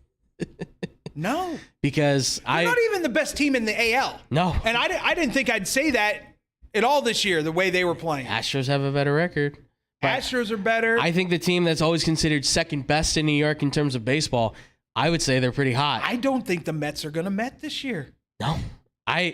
DeGrom, the guy doesn't miss a beat. Listen. Doesn't miss a beat. Here's the thing. And this is what I did this statistic yesterday. He has 27 strikeouts. Yeah. And 11 2/3 innings. Yeah. Yeah. That is insanity.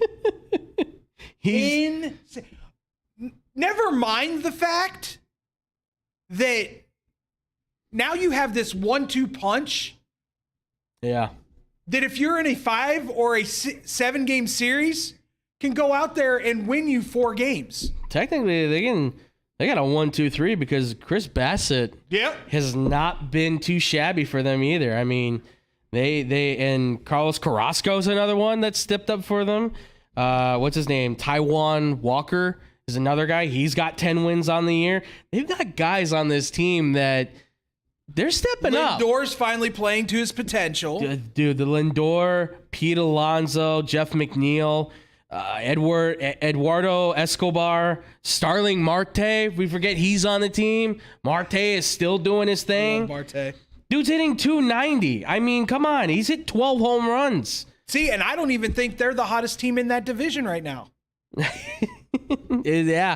I like them as like one of my hot teams. You want to talk about like a death pool? The NL East is nasty. Yeah, it's getting nasty. Worse. Mets, Braves, Phillies. Mm-hmm. That's nasty. Yes, sir. Yeah. Braves, the Braves are another one. The Braves are a little bit cooling off right now, I think. I think they're kind of hitting that. And end of the season, they always kind of hit this little bit of guess who picked up the heat, baby? Just in the nick of time, too, because they needed this push. And guess who's coming back? Who's coming back? Oh, my good night. Schwarber, Harper, 1-2. Ooh. It's not a Chris, bad punch. You could have been doing that instead of playing in Colorado. Idiot. I mean, and I'll say this too. I was always skeptical about Alec Bohm when they took him at third overall. I think it was they drafted him.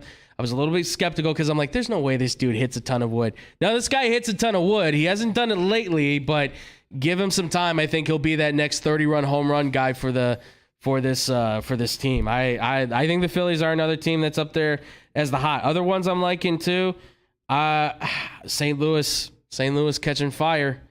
See, and that's scary going into the postseason because St. Louis. That's the problem is their postseason. St. Louis, you never know what you can get out of them. And Wainwright has had an absolute crap year, and all of a sudden, he's pitching like an ace. And I'm because he's like, here we go. Playoffs are around the corner. Here we go. Yeah, because he knows. He knows. The other two teams I'll mention out there, I think Toronto's starting to catch a little bit of heat on there. I don't know if they're going to win a World Series, but they got George Springer back. I would be afraid of Toronto if they make the playoffs. They got George Springer back, which helps out a lot. And that Matt Chapman move did not look like it was paying off dividends early, I know. He's starting to turn a bit of a corner now. He's looking good. And Seattle, I'm telling you, do not sleep on the Mariners, man. They are still a quintessential team, I think, that'll make a playoff push. They're going to be there. They're going to be there. They're going to win that division, aren't they? It's Houston. That's the problem. Oh, yeah, that's right. They're 12 games back on Houston. I keep forgetting Houston's in the West. If you want to know, Manford, do me a favor. Let's reconfigure a little bit. Yeah. And if that means teams have to change from AL to NL, what's it matter now? Right, yeah. It's universal designated hitter. I mean, the Rangers might as well go to the NL. The Angels might want to think about going back to the NL too. The A's may want to think about that as well. So take the Brewers back to the AL. I'll also throw in just one more real quick. If Baltimore can still find a way, it's crazy. That division is nuts because everybody's 10 games plus back, and the lowest team right now is the Red Sox. And they're 57 and 59 at 15 games back. And they're starting to get a little hot. And they're starting to gain momentum now, too. Baltimore is +9 on its run scores and against. And the funniest thing is, you know who the hottest player is on that team right now? Mr. Five Finger Slap. Yeah. It's crazy. But I'll a little bit of love to Baltimore because they're a game and a half back. I'm being tied for second. Awesome. So give them some love, folks. Baltimore Orioles could be back. Phillies and Yankees, baby. Phillies are hot, Yankees are not, and I love every moment of it. Love every moment of it. There's good baseball going to be played here, folks. At the very end, this postseason might turn out to be some of the most chaotic, unpredictable, the last 12 and best postseason that MLB's had in a long time. The last 12 games of the week might come down to who wins the division or not, or who's into the playoffs. That last stretch going into postseason, have fun, folks. Have fun. Baseball's rising. All right. When we come back, this segment right here, this one might go a half hour, ladies and gentlemen. I'm just telling you, because if Andrew and I get rolling, when we come back, the AP poll came out, and there's some strange things going on in the top 10. We talk about it next. Here on Blow the Whistle, the live stream.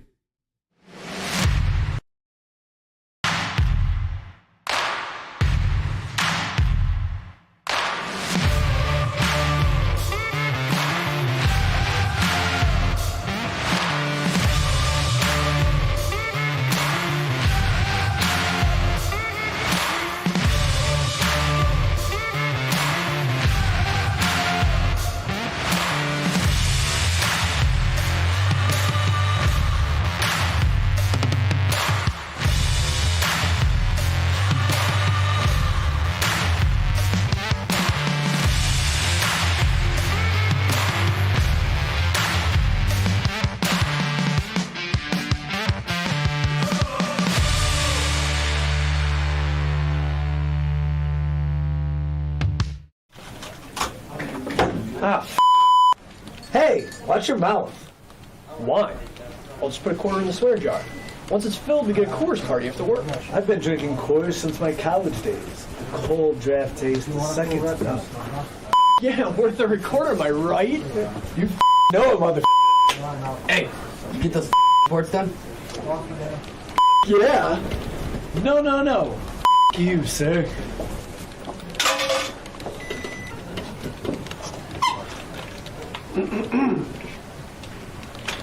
Attention, employees. The staff meeting, scheduled for this evening, will now be held tomorrow early as That is all.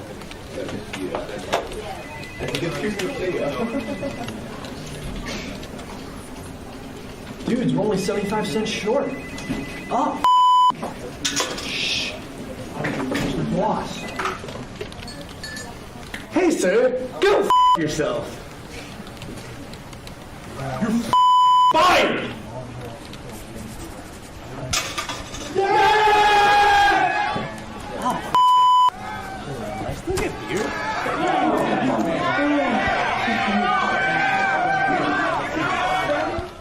Throughout the 1960s, 70s, and 80s, Judy Finelli established herself as a masterful juggler and performer, making appearances everywhere from Carnegie Hall to Sesame Street. With her loving heart, she has brought warm smiles to children everywhere she has performed.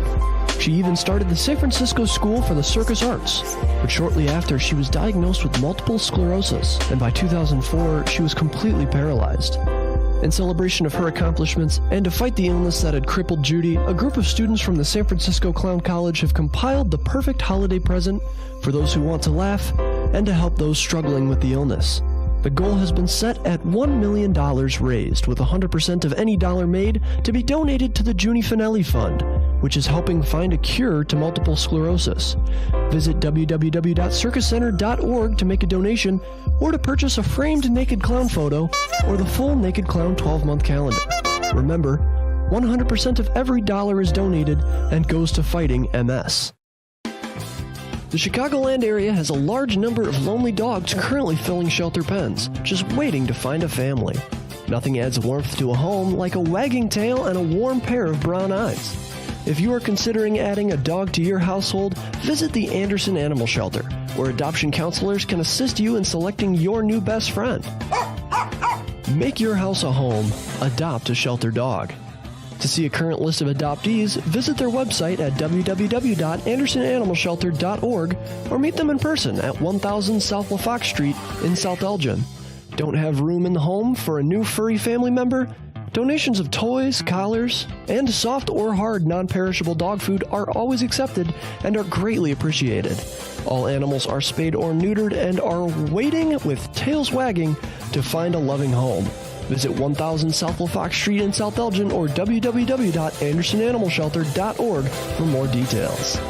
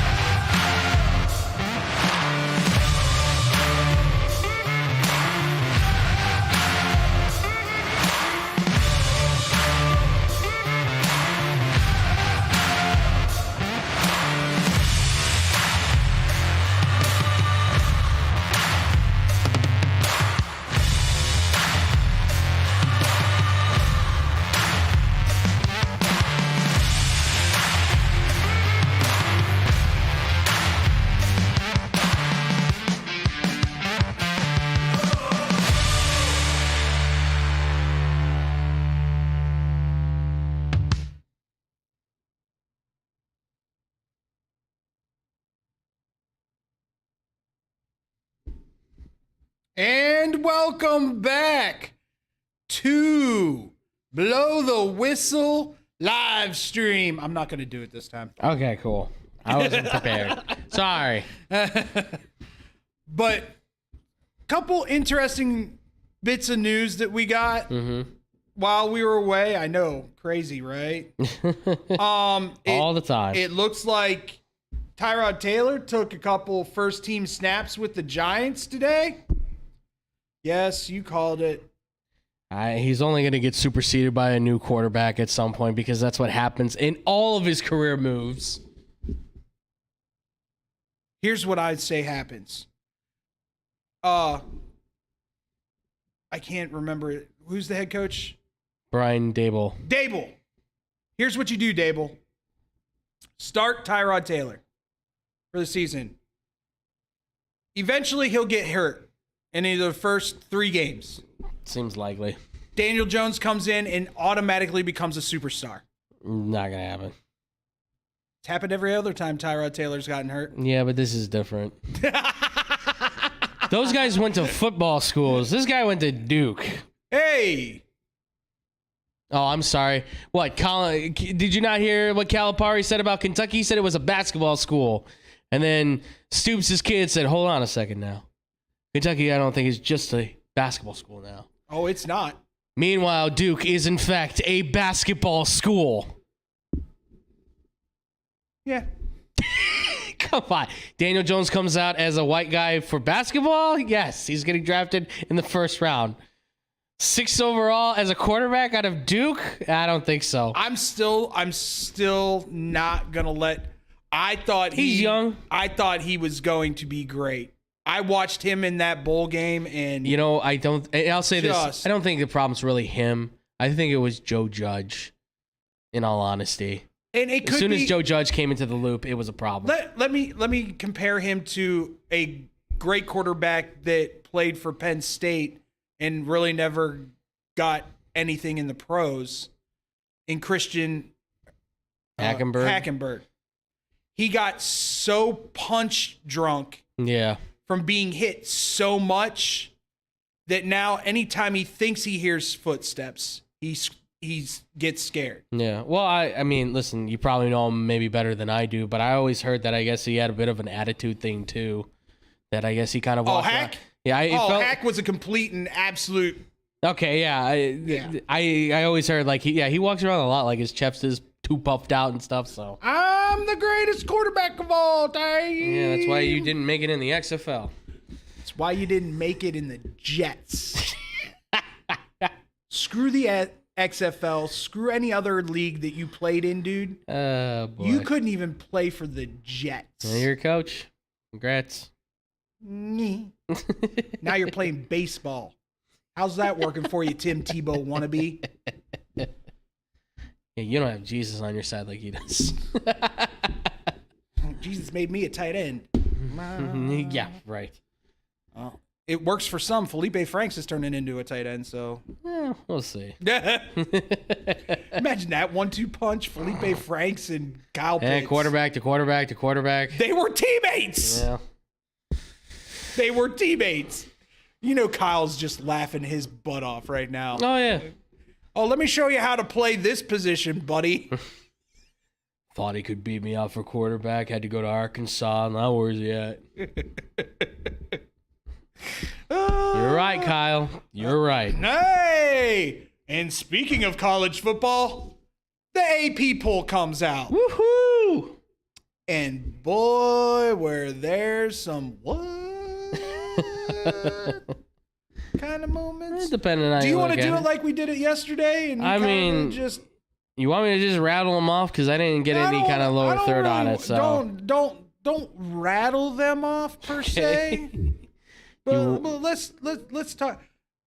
Oh, in football news, yes. in college football news, the backup running back for Ohio State, which now that I'm thinking about it, Andrew, it's Ohio State. They probably got a 5-star behind that guy. That's why when we were talking, we didn't talk too much on it, but when you said it, I was like, and it doesn't make too big a difference. No, my luck, they'll convert one of the quarterbacks into a running back, and he'll become like a legend. Yes, Evan Pryor did go out with an injury, but if you don't know, they've got Clayton Saunders, who's another top back. They got Mylan Williams, another top back. They have Dalen Hayden, another top back. And their top back, Travion Henderson, is 100% healthy, and he's, by the way, packed on apparently 15 extra pounds of weight. So he is now at 215 and looking solid buff. So there goes another Ohio State running back in the first round. You're not going to lose the first week. You're probably not going to lose the second week. But when you come to Happy Valley, David says you're going to lose. I can say it. I don't know how much. That's why I'm prefacing. You're saying it. I don't know how much belief I would have in it if it came out of my mouth at this point. Would you put money on it? I would put money on Penn State covering the spread. Okay. I don't know if I would put money.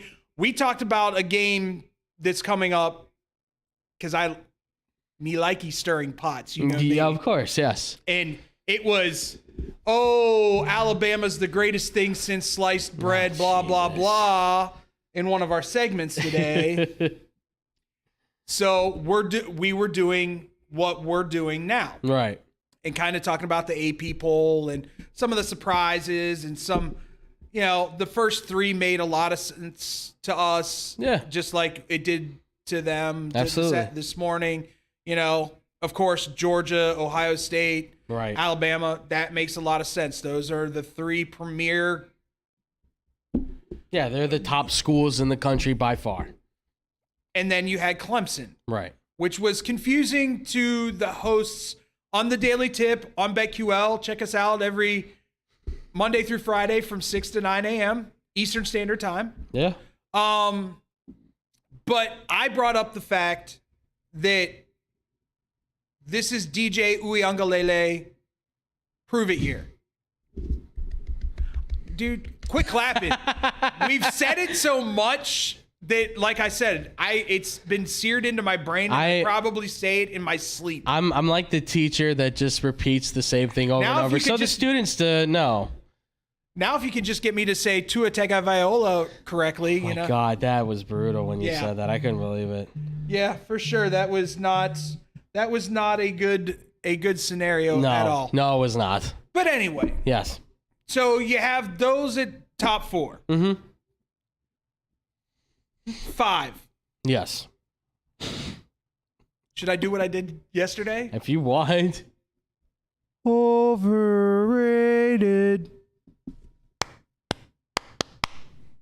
Again, sounded very holy. I may have done that one on purpose. Okay. I mean, look, are the top 4 I have no problem with, other than I think Clemson, because of the fact that they fell a little bit last year, I would probably put them But lower. we discussed this yesterday. Right. They had no offensive line, Yes. and he had nobody to throw to. Everybody on that team from offense to defense was either brand new or in their just second year of being a starter. So either you're learning across the way or you're just getting into your prime. So And his best wide receiver sat the season out exactly. Justin Ross did not play. He with got that spinal injury. right. So he was out for the rest of the year. He called it quits. He was going to move on, go to the draft. So he had to play with what was left, which are talented guys, but none of them have first wide receiver experience like Justin Ross did. That guy won you a national championship with Trevor Lawrence. Having that guy's crucial. The rest of those guys are too young. They were inexperienced. So, but look, when it comes to Notre Dame, do I think they can at least be competitive to maybe go 10-2 in Marcus Freeman's first year as the head coach? Of course they're going to go 10-2. Sure. Yeah. They play Navy. They Yeah. play Army. So they'll win games. They'll have a winning record. They'll get to a bowl game. I don't know if they'll compete for a national title unless they win this first game against Ohio State. And this is a big ask for them because this is a new quarterback with a new offensive line. Their defense has now lost guys like Kyle Hamilton, a few of their pass rushers. So you're replacing a lot of players right now with guys that may have a little bit of experience, but not the same experience that you had coming from Jack Cohn, who was a pure starter at quarterback, Kyle Hamilton, who was maybe the best safety in all of college football last year. Those are two key quality pieces. Second best. Yeah, but, well, argumentative, of course, but still. I mean, There's no bias in that statement. yeah, of course. Hey, let's not forget, he was the fourth safety that went in the draft. Sorry. But, he's still, he's one of the best in the country. I know you're looking at me like, shut up. But either way, We'll see who grades out better in the pros. that's true. That's true. We will see. We will see if Kyle Hamilton really can make the Ravens a great 8-9 team. Sorry. That's a beautiful statement right there. But they'll go undefeated in the preseason. Now, of course, yeah, because that counts. I think this team they have the potential. Okay, let me stress that they have the potential. But it comes, I think, next year when they get these new recruits in, they get integrated into the system, and they have a chance to really play with Marcus Freeman because as the guy. Notre Dame's sitting at number 1 overall in the 2023 class. They have a strong recruiting class. Now they're recruiting a lot of 4-star guys. That's also what's helping. They've got a couple of 5-star guys, but they've got a lot of 4-star guys that fill that out, which is good. You want to have a lot of depth, but it's all coming, I think, next year and the year after that. That's where you'll see this team really start to make strides. This year, it's going to kind of be like Tyler Buckner's kind of like, all right, let's see what you got, kid. And I think he's going to have a little bit of a rough patch in Ohio State. After that, we'll see. Guy's got a good arm. But I don't know if they deserve to be top 5. Top 10, sure. But I don't know about top 5. I still don't think top 10. You can never sell me. We talked about this yesterday. Yeah. Great teams in college football are predicated on what? Typically, it's quarterback. A great quarterback. Absolutely. The only, and I know I'm going to get kicked in the butt for this because I poo-pooed all over him last year. The only one that is not a great quarterback that's in this top tier is Stetson Bennett, that I still have faith in that team. Yeah. He is not an upper echelon quarterback. No. But he wins. He's a great game manager. Weird. Yeah. That being said, I don't trust Notre Dame. I think if they went up against half of the top 25, they'd be a 500 football team. Yeah, that's very possible. Listen, if you're looking at the top 3 teams and telling me which one could they beat, I would say Georgia is maybe the closest one they could come to because of how much they lost right now and the fact that, like you said, Stetson Bennett's not exactly a star quarterback, but he is a good enough game manager that he can make plays down the line. And Georgia they don't rebuild, they reload right now. So they're just bringing in the next crop of 5-star and 4-star guys, and they're raring to go. Like, they lose. I would not be surprised if Notre Dame, and sorry, Tom, but not sorry, lose by more than 21 in this opening game against Ohio State. I mean, we're supposed to hang out that day, and he said depending on how the game goes, we all might get kicked out of his house early. So, if you're going to invite us over to watch the Notre Dame game, you can't kick us out if they're doing bad. Yeah. Just realize that you're going to get poo-pooed all over. Well, he said at the end, he'll just be like, all right, everybody out of my house. Like, no, you can't even do that. Yeah. That's when it gets fun.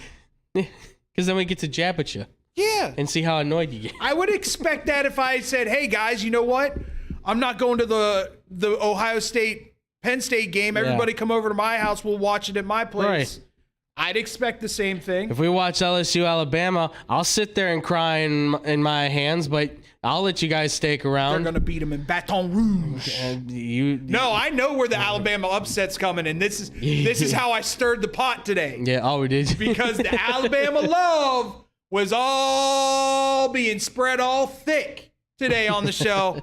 And I came on because we were talking about, I think and you agree with me, one of the most underrated. I do have a couple concerns now, though, because some news has come out of Texas. Yes. Underrated teams in this top 25 is Texas. Mm-hmm. They lost a starting wide receiver and a starting lineman. Yes. That is concerning, but it's Texas.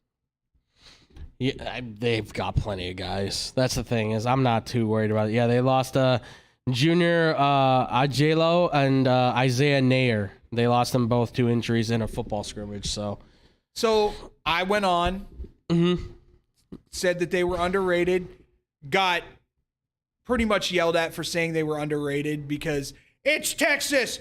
They always get love and get ranked higher than they should. Not this year. Where did they get ranked higher? They're not in the top 25. I'll tell you that right now, folks.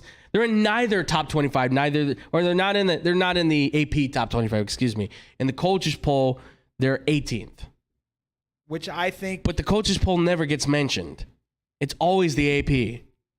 And this is what I said. I went out on a limb. Week 2, college football. Because it has to happen in the first 4 weeks. Yeah. Alabama loses to Texas in Texas. I could see that happening. I could totally see that happening. Bijan Robinson has his Heisman moment that game. I mean, listen, you're saying that because, listen, by the way, Nair, it's a loss, but it's not the biggest loss in the world. Xavier Worthy is going to be one of the top targets. He's so good. If Agalai Hall, if he can be back in time from whatever suspension he'll probably get because he did get arrested, if he can get back in time, I told you what was going to happen there, didn't I? Oh, yeah. You said, 2 games, right? Or no, it's going to get swept away, right? Because it's Texas. By the way, let's not forget, they want him for that Alabama game because he is a former Alabama wide receiver. Guess who wants to probably have a little bit of, okay, you didn't think I was good enough to start? Watch this. I'm telling you. Yeah. And Quinn Ewers, I'm sorry. I'm going to pump him up like I did DJ because I think this kid's legit. Yeah. And by next year, I think he'll be the top quarterback, or one of the top quarterbacks in the draft. You think he goes after this year? I don't think he's eligible after this year because he was a freshman last year. Remember that. So this year he's a sophomore. There might be a loophole I think he can exploit, but I think he has to wait one more season, and then after that, he becomes the first Texas Longhorn since Vince Young to get drafted in the first round. Maybe number 1 overall, depending on who needs a quarterback. Probably. Bears, I'm just saying. If Justin Fields doesn't work out. No. Or take the other Texas quarterback in the next few years when he comes out. I know you say he's overrated, but it's a Manning. I don't know. I don't think he's... I think... You think he's getting a lot more hype than he should right now? Yes, I get that. Because he hasn't even played a snap for Texas yet. When I say he's overrated, there's way too much pub. You know what I got brought up today? And I didn't even realize this. You know who's a scary... There's 3 teams in the... There's 4, 5, 6. SEC is dangerous this year. Yeah, there's a lot. They've got quality quarterbacks at 90% of these schools. Yeah. 90% of these schools. I think every school, if I'm not mistaken, has a 4 or 5 star quarterback right now. Ole Miss. Yeah. Well, we talked about this. Freaking Max Dart. Yeah. Jackson Dart from USC is sitting there. Yeah. Jackson Dart. And they got, he's not a quarterback, but Zach Evans, who was a 5-star running back that went to TCU, transferred to Ole Miss because Jackson Dart was there. And he's like, I like him as a quarterback. He throws the ball real long, and all he has to do is hand the ball off to me. And by the way, the offensive line for Ole Miss measures at 6'5.5 feet, 325 pounds. Average. All right. Since we're talking SEC, who's next? Well, next, it's A&M. And for me, I think this is a little bit of overhype. After this offseason, obviously, there's a lot of we want to see. I can't wait for that A&M at Bama game. That's going to be fun. Everybody can't wait for that A&M Bama Absolutely. game. But listen, a lot of these freshmen are going to probably get good chances to play. Evan Stewart's maybe the best receiver I've seen in high school in a while. Nolan's maybe one of the 6'3", 6'4", 325 pounds as a freshman. Folks. And he's playing on the defensive line. He's not taking all the first team snaps, but he's getting a part-time look right now. He'll probably rotate. He plays defensive end and defensive tackle. So get ready for that. This team is young. They're going to be better next year, I think. Again, the question is quarterback, because Max Johnson, Brad Johnson's kid, transferred from LSU and went to A&M now. And it's between him and Haynes King, and there's Wakeman is the other kid that they got, Connor Wakeman, who's a 4-star recruit. So it's a 3-quarterback battle between those 3 guys right now. Max Johnson's supposed to be the starter. But if he's not, then who knows where that goes from there. Because he's supposed to be the biggest and the best. And I honestly have no idea where they're really looking to and what Jimbo wants to do. Number 7. 7 is Utah. Should be ranked higher. I can't do that. I really can't. I'm sorry. They should be up above. Come on. I'd like Utah. It's just I don't know about Cameron Rising, their quarterback. I know he's a vet now, but I know one season under his belt. He's a vet in terms of college. He's a junior, I think, going into this year, if I'm not mistaken.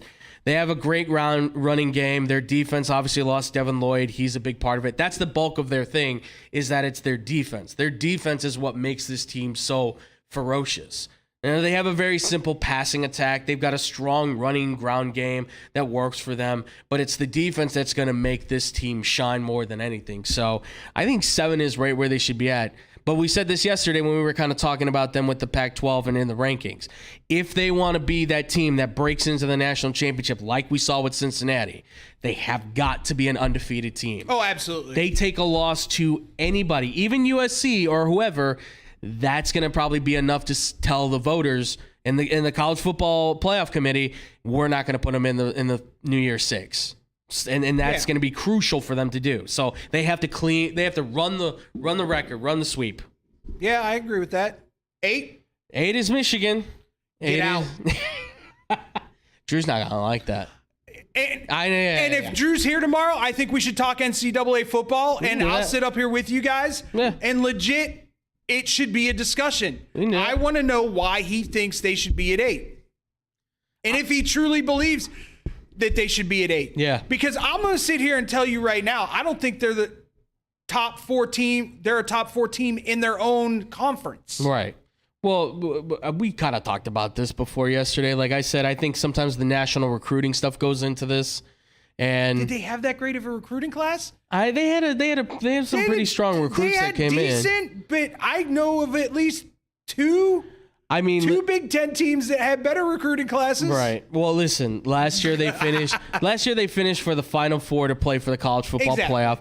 That's why I would say, and because they're a big top program, let's not forget, they're one of the marquee programs in college football. Yeah, I know. I honestly thought they should be where Notre Dame is at, and Notre Dame should be at least 8. That's me personally. Because of where they finished. I don't think either one of those should be in the top 10. In my heart of hearts, I don't think either one of them deserve to really be there. But in terms of what they've accomplished from last year and combine that with what they might do this year, I feel like Michigan should be higher, Notre Dame should be lower. But I see where the expectation is. Michigan, because of what they lost Aiden Hutchinson, David Ojabo, and they lost Dax Hill as well, their safety. They lost 3 prime players on defense. And their running back. Hassan Hoskins, although Corum, I think, is still very good. And I don't know what's going on with quarterback, and we've talked about that at length constantly, because I think JJ should start, but they're probably going to play Cade. Yeah, it's going to be McNamara. Which I hate. I don't like that. I don't hate it. Play him. Well, you don't like that because he's going to be an interception machine for Joey Porter Jr. That's all that is. 9. 9 is Oklahoma. That's a tough one for me because you have probably one of the most under the radar quarterbacks in D1 football. Yeah. That transferred there and is now at a big time program. Absolutely. They could do some serious damage. Yeah, I for sure. Would you agree that he probably throws one of the prettiest long balls? For a guy that's just touching 6 feet tall, I mean, yeah, he slings that ball better than I think most others do at this point. And he's a southpaw. Yeah, exactly. So I like Dylan Gabriel a lot. He's got leadership. He's got that quality to him that lets him stand above everybody else. I'm quarterback. You listen to me. And from what I hear from the camps, it sounds like he's got good command of that offense. They trust him. They believe in him. Venables, who's taken over as a head coach, likes him. I think they're going to let him run. They still have a good run game. They've got good running backs in the backfield. Marvin Mims may be one of those top receivers we see coming out of Oklahoma. They're very much like a CeeDee Lamb type of wide receiver, so I think there's potential there. CeeDee Lamb in college. In college, yes. And they still have Jaden Hasselwood and a few other guys that I think are going to start exploding. Michael Woods in second. I'm not upset with 9 for Oklahoma. Do I think they're a 9 at the end of the season? Probably not. I think it could actually be higher, but the problem is obviously we mentioned Texas. That's your biggest competition, I think, in the Big 12 right now that's going to match them tick for tack. And I think right now, Texas combined with what Oklahoma has, yes, Oklahoma has the experience, but I think Texas right now has the momentum going for them. And if they go into this game undefeated, I think Texas beats them. All right. I think they win the Red River rivalry. That is such a tongue. Triple R. Yes. E-double-T. Yes. All of that good stuff. 10. 10 is Baylor. And I have We've discussed this. I don't get it at all. Yeah. It's defense. By the way, I have to make a correction, too. Bohannon did transfer. He is in South Florida right now as the quarterback of the team. So they no longer have Bohannon on their team. That's a hell of a move there, buddy. Yeah, well, he gets more starting time, I guess. I don't know. I thought he was a starter in Baylor now, but okay, whatever. But so now that makes even less sense now for me because Bohannon, I thought, was one of those like, all right, that kind of clinches it for me. You got a quarterback that stepped up big time and helped you win a bowl game. Like, they won that bowl game because Bohannon made plays down the field. There's no doubt about it in the defense. But now he's gone, so that leaves Blake Shapen, Jacob Zeno, and that's it. They don't have. They're going with Chapin. I think so, because they don't have any other quarterbacks that they can really lay on, and Chapin's the one that has the most experience right now. They got a good run game. Obviously, Ebner's gone, but they have Abram Smith, who's been great for them. No Bohannon, so no quarterback runs then, which is going to hurt them. Their defense, though, is stacked, but they lost Tyquan Thornton, their best receivers. So I'm with you. I don't know why they got a 10. Honestly, if we were looking at this one right now, the next one up underneath them at 11 was Oregon. I'd probably put Oregon maybe 11th. If you're saying that, well, yeah, you're out. But you're saying if this is the poll that you're going with, what's behind Oregon? Yeah, I mean behind Oregon is Oklahoma State. That's defense again. Yeah. And then the one after that is NC State. And they have a good quarterback. Devin Leary's a good quarterback. That one's interesting to me. Devin Leary's a guy that's right now being projected second to third round potentially in drafts. That's interesting. That one's interesting to me because I didn't know what North Carolina State had until I did some research. So I'll tell you right now, of all the teams in the ACC, they may be one of the more complete teams. Like, they got running backs, they got their quarterback, they've got two big receivers, and their offensive line is pretty like their zone blocking is pretty well run. Like, they're a good team. So, but I mean, I don't get Baylor at 10. I really don't. Sorry. No Bohannon, no promises. All right, so I'm gonna get this out of the way right now. Yeah. Penn State not being ranked to me is tragic. Yeah. You're talking about the fourth best team in the Big Ten, and they're not ranked with the 17th year starter, Sean Clifford. I'm not going to sit here and whine and complain. Right. They'll prove it on the field. Yeah. But I would not be surprised if Penn State is undefeated going into that Ohio State game. Yeah, absolutely. Absolutely. I'll give you my underdogs, my sleepers if you want. I got one. I got a couple of them. So I added on more from where I was last time. So I'll take as my underdogs. I'm still taking Arkansas. I really like that. I really KJ like Jefferson is a tough-nosed, don't take any crap kind of quarterback. That was the game that we had the host of Alabama radio in Tuscaloosa on our show today, and he said that was the game that scared him the most because they're going to Fayetteville, Arkansas. Yeah, they're coming into the to the pig farm. So and you know for a fact all those great Arkansas alum are going to be there at that game. Oh yeah. And I'm talking Jerry Jones. I'm talking Jimmy Johnson. Yeah, because they were on that national championship team in the 60s. I wouldn't be surprised if former President Bill Clinton shows up. Oh yeah, former governor of Arkansas. This could be a make or break game for the SEC on who's coming out. And the most famous Arkansas alum, Darren McFadden, John Daly. Yes, that's true. That is right. He does. He has. I believe his son goes there. I think so. He did say that he never misses an Arkansas game. I saw that interview. He was do you at like the bowl Arkansas game. They football? interviewed him at the bowl game. He's like, oh man, I never miss a game. Never gonna miss a Razorback game. Gotta go. Suey P. That's what he's just like Suey all the way. I was like, yes. Oh my God, please more. Santa's an Arkansas fan. I love John Daly so much. He's right there with Mike Leach, man. I'm telling you, those two need a podcast. That's what they need to play golf together. Oh my God, please. And just record the whole thing. Please, I'll take an hour of that playing golf. That's Leach and Daly, please. That's a dream. I mean, Mike Leach is the guy that came out and said, why don't we just go to 64 teams? You're a national treasure, man. I love you. That's brilliant. You're great. That's brilliant. All right, who else? I also got Cincinnati. I like their new quarterback, Evan Prater. I don't know if he's going to get the start right off the bat, but I like them a lot. I'm gonna throw two others in that are right around here as well.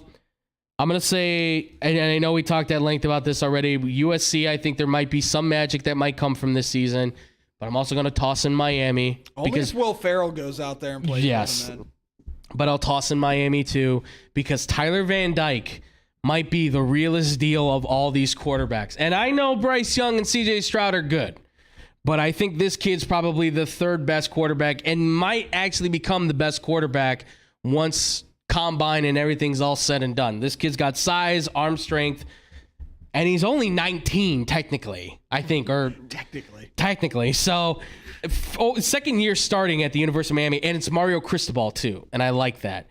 And some outside guys, they didn't get ranked, but I think Tennessee and Texas need to get their due love. Because Tennessee's got Hendon Hooker, and I've watched Hendon Hooker now play, and he's legit. And Texas, I think, needs to they'll be ranked. They'll be ranked. I think Andrew has this infatuation with orange. What do you think, TJ? Is it possible? He's got an orange fetish. Maybe.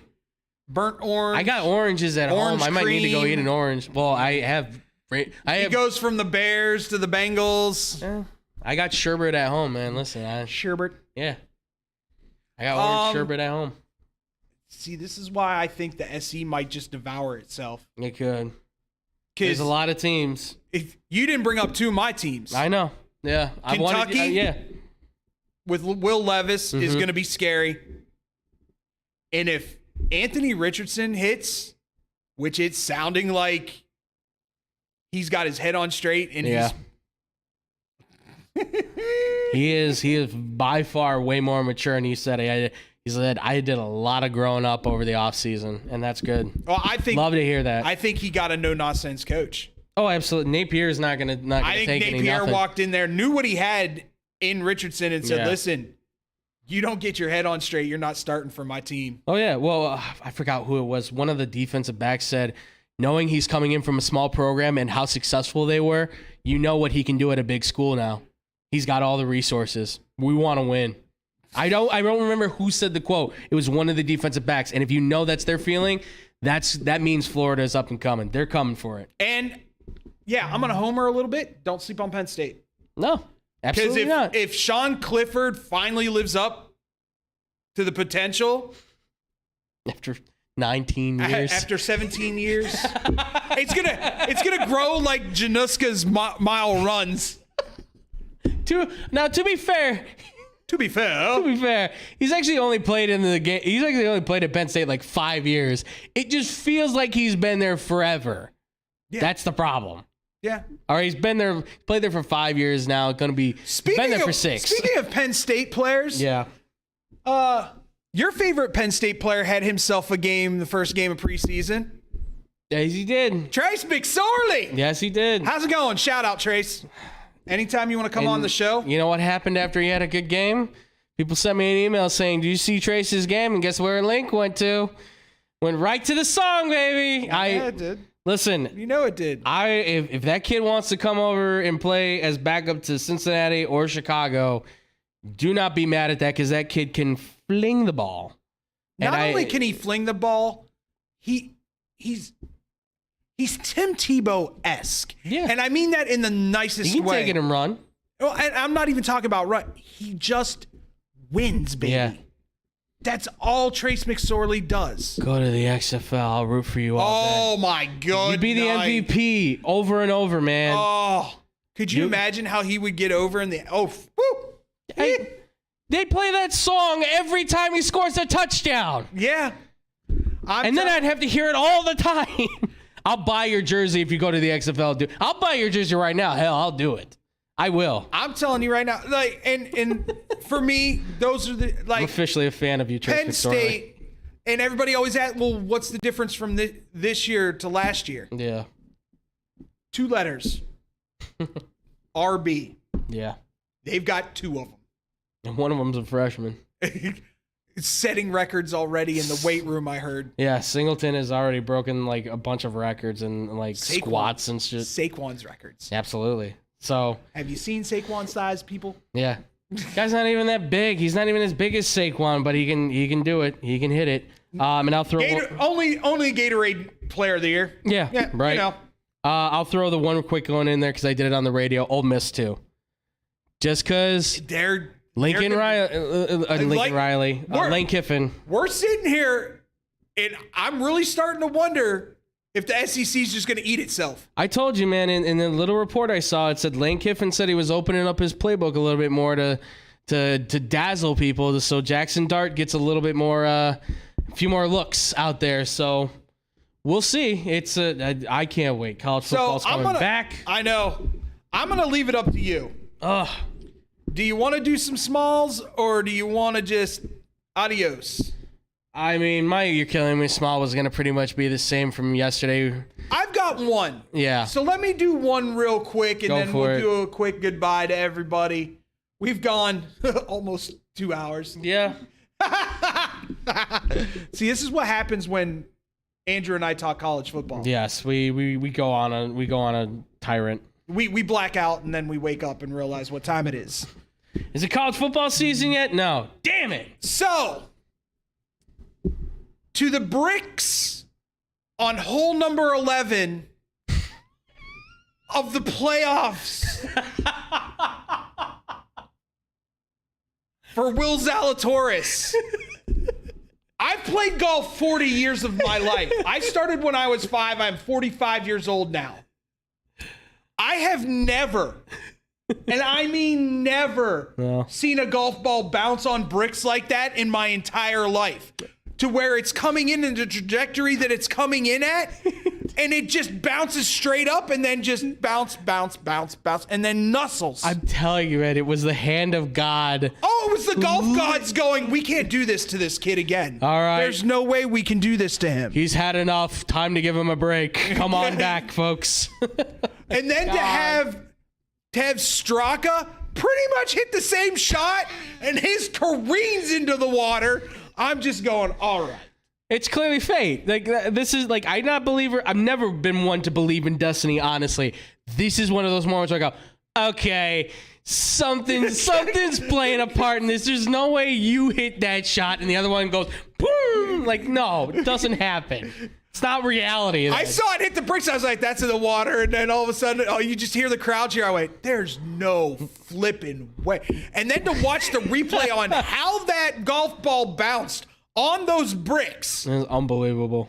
That's like getting hit by lightning. That's like winning the lottery. It doesn't happen. Unbelievable. 99.99999% of the time, that ball hits those bricks and it's in the water. Yeah, there's no way. There's no way that shot. Well, not only that, but there was the one where he hit the golf path. Yeah. The path, and it didn't go out of bounds because it hit a tree. Like, dude, the golf, I don't know who you pray to, but it's working. Obviously, Will Zalatoris, it's working. Yeah, seriously. But for the bricks turning into foam, I give it a big old... You're killing me, Smalls! Yeah, it was good. Ridiculous. Unbelievable. I wish I had thought of that one yesterday. Yeah. I thought about it today, and I was like, I can't not say something. Absolutely. That was great. Andrew, where can they find you, my man? Well, ladies and gentlemen, since we're ending this one off, my You're Killing Me Smalls was just going to be Conte and Tuchel fighting on the soccer field. So fantastic. Chelsea and Tottenham Hotspur's managers were just fighting at it. So don't worry about the You're Killing Me Smalls on that. And it wasn't really a fight. No, but it was like a hand wrestling match. It was Conte being... I won't even say arm. It was just hands. You let go. No, you let go. It was Conte being pissed and Tuchel being like, why are you shouting at me? This is hilarious. So, and they're still fighting on Twitter, by the way, to this point. So they're going... I can't wait to watch more of their matches. I just want to see one of them walk up to the other one and go, and in French or whatever language they speak, say, what did 5 fingers say to the face? Salat! And it could happen. I mean, we've seen it. Oh, wait, I do have one quick one. Real quick, TJ, sorry. Real quick, I want to give one quick one. To everybody sending death threats to this man named Joachim Anderson, who plays for Crystal Palace, for headbutting Darwin Nunez, who plays for Liverpool, who got ejected for a red card. and saying he faked it. He's gotten 400 to 500 death threats on social media. To all the people who are being so idiotic about a soccer game to send death threats to the player that did get hit in the head for a headbutt against the other player, I got to give you all a big quick. You're killing me, Smalls. Unreal. Gotta love European goon fans. Unreal. All right, I'm good now. But yes, guys, you can find me. I'm at TheFluffyGuru on Twitter, but I'm mostly at Boom Crew Captain on Instagram. That's where you guys can mostly find me. And obviously, you can find me here always on the YouTube and on the Facebook side at XBomb Sports. We go live every Wednesday and Thursday, 5:30 to 6:30, so be on the lookout for that. I don't know what's going to be happening this week. We're still trying to get confirmation from Drew, but please send your love and all your likes and everything to our boy Drew Gwillem. Make sure to give him some, as you know, he's still dealing with some stuff. So please just make sure to send some love and likes to him, ladies and gents. Yeah, and that's it. My name's David Dykstra. You can find me on Instagram at ddykstra7795. Still haven't changed it. That's why we're not changing it. You can also find me at David Dykstra4 on Twitter. Please follow me. Sorry. Our guy King B-Mac came in and he goes, that's par for the course for soccer. I know. B-Mac, I love you, man. Please, when you get a chance, come in here. We have to talk sports, buddy. We got to get you up on here, man. That being said, everybody, stay positive, be positive, surround yourself with positive people and positive things will happen for you. Yes. Till next time, you might see me tomorrow night. Absolutely. Because, you know, Drew and I got to go fisticuffs on the college football stuff. Oh, God. We'll talk to you next week here on Blow the Whistle live stream.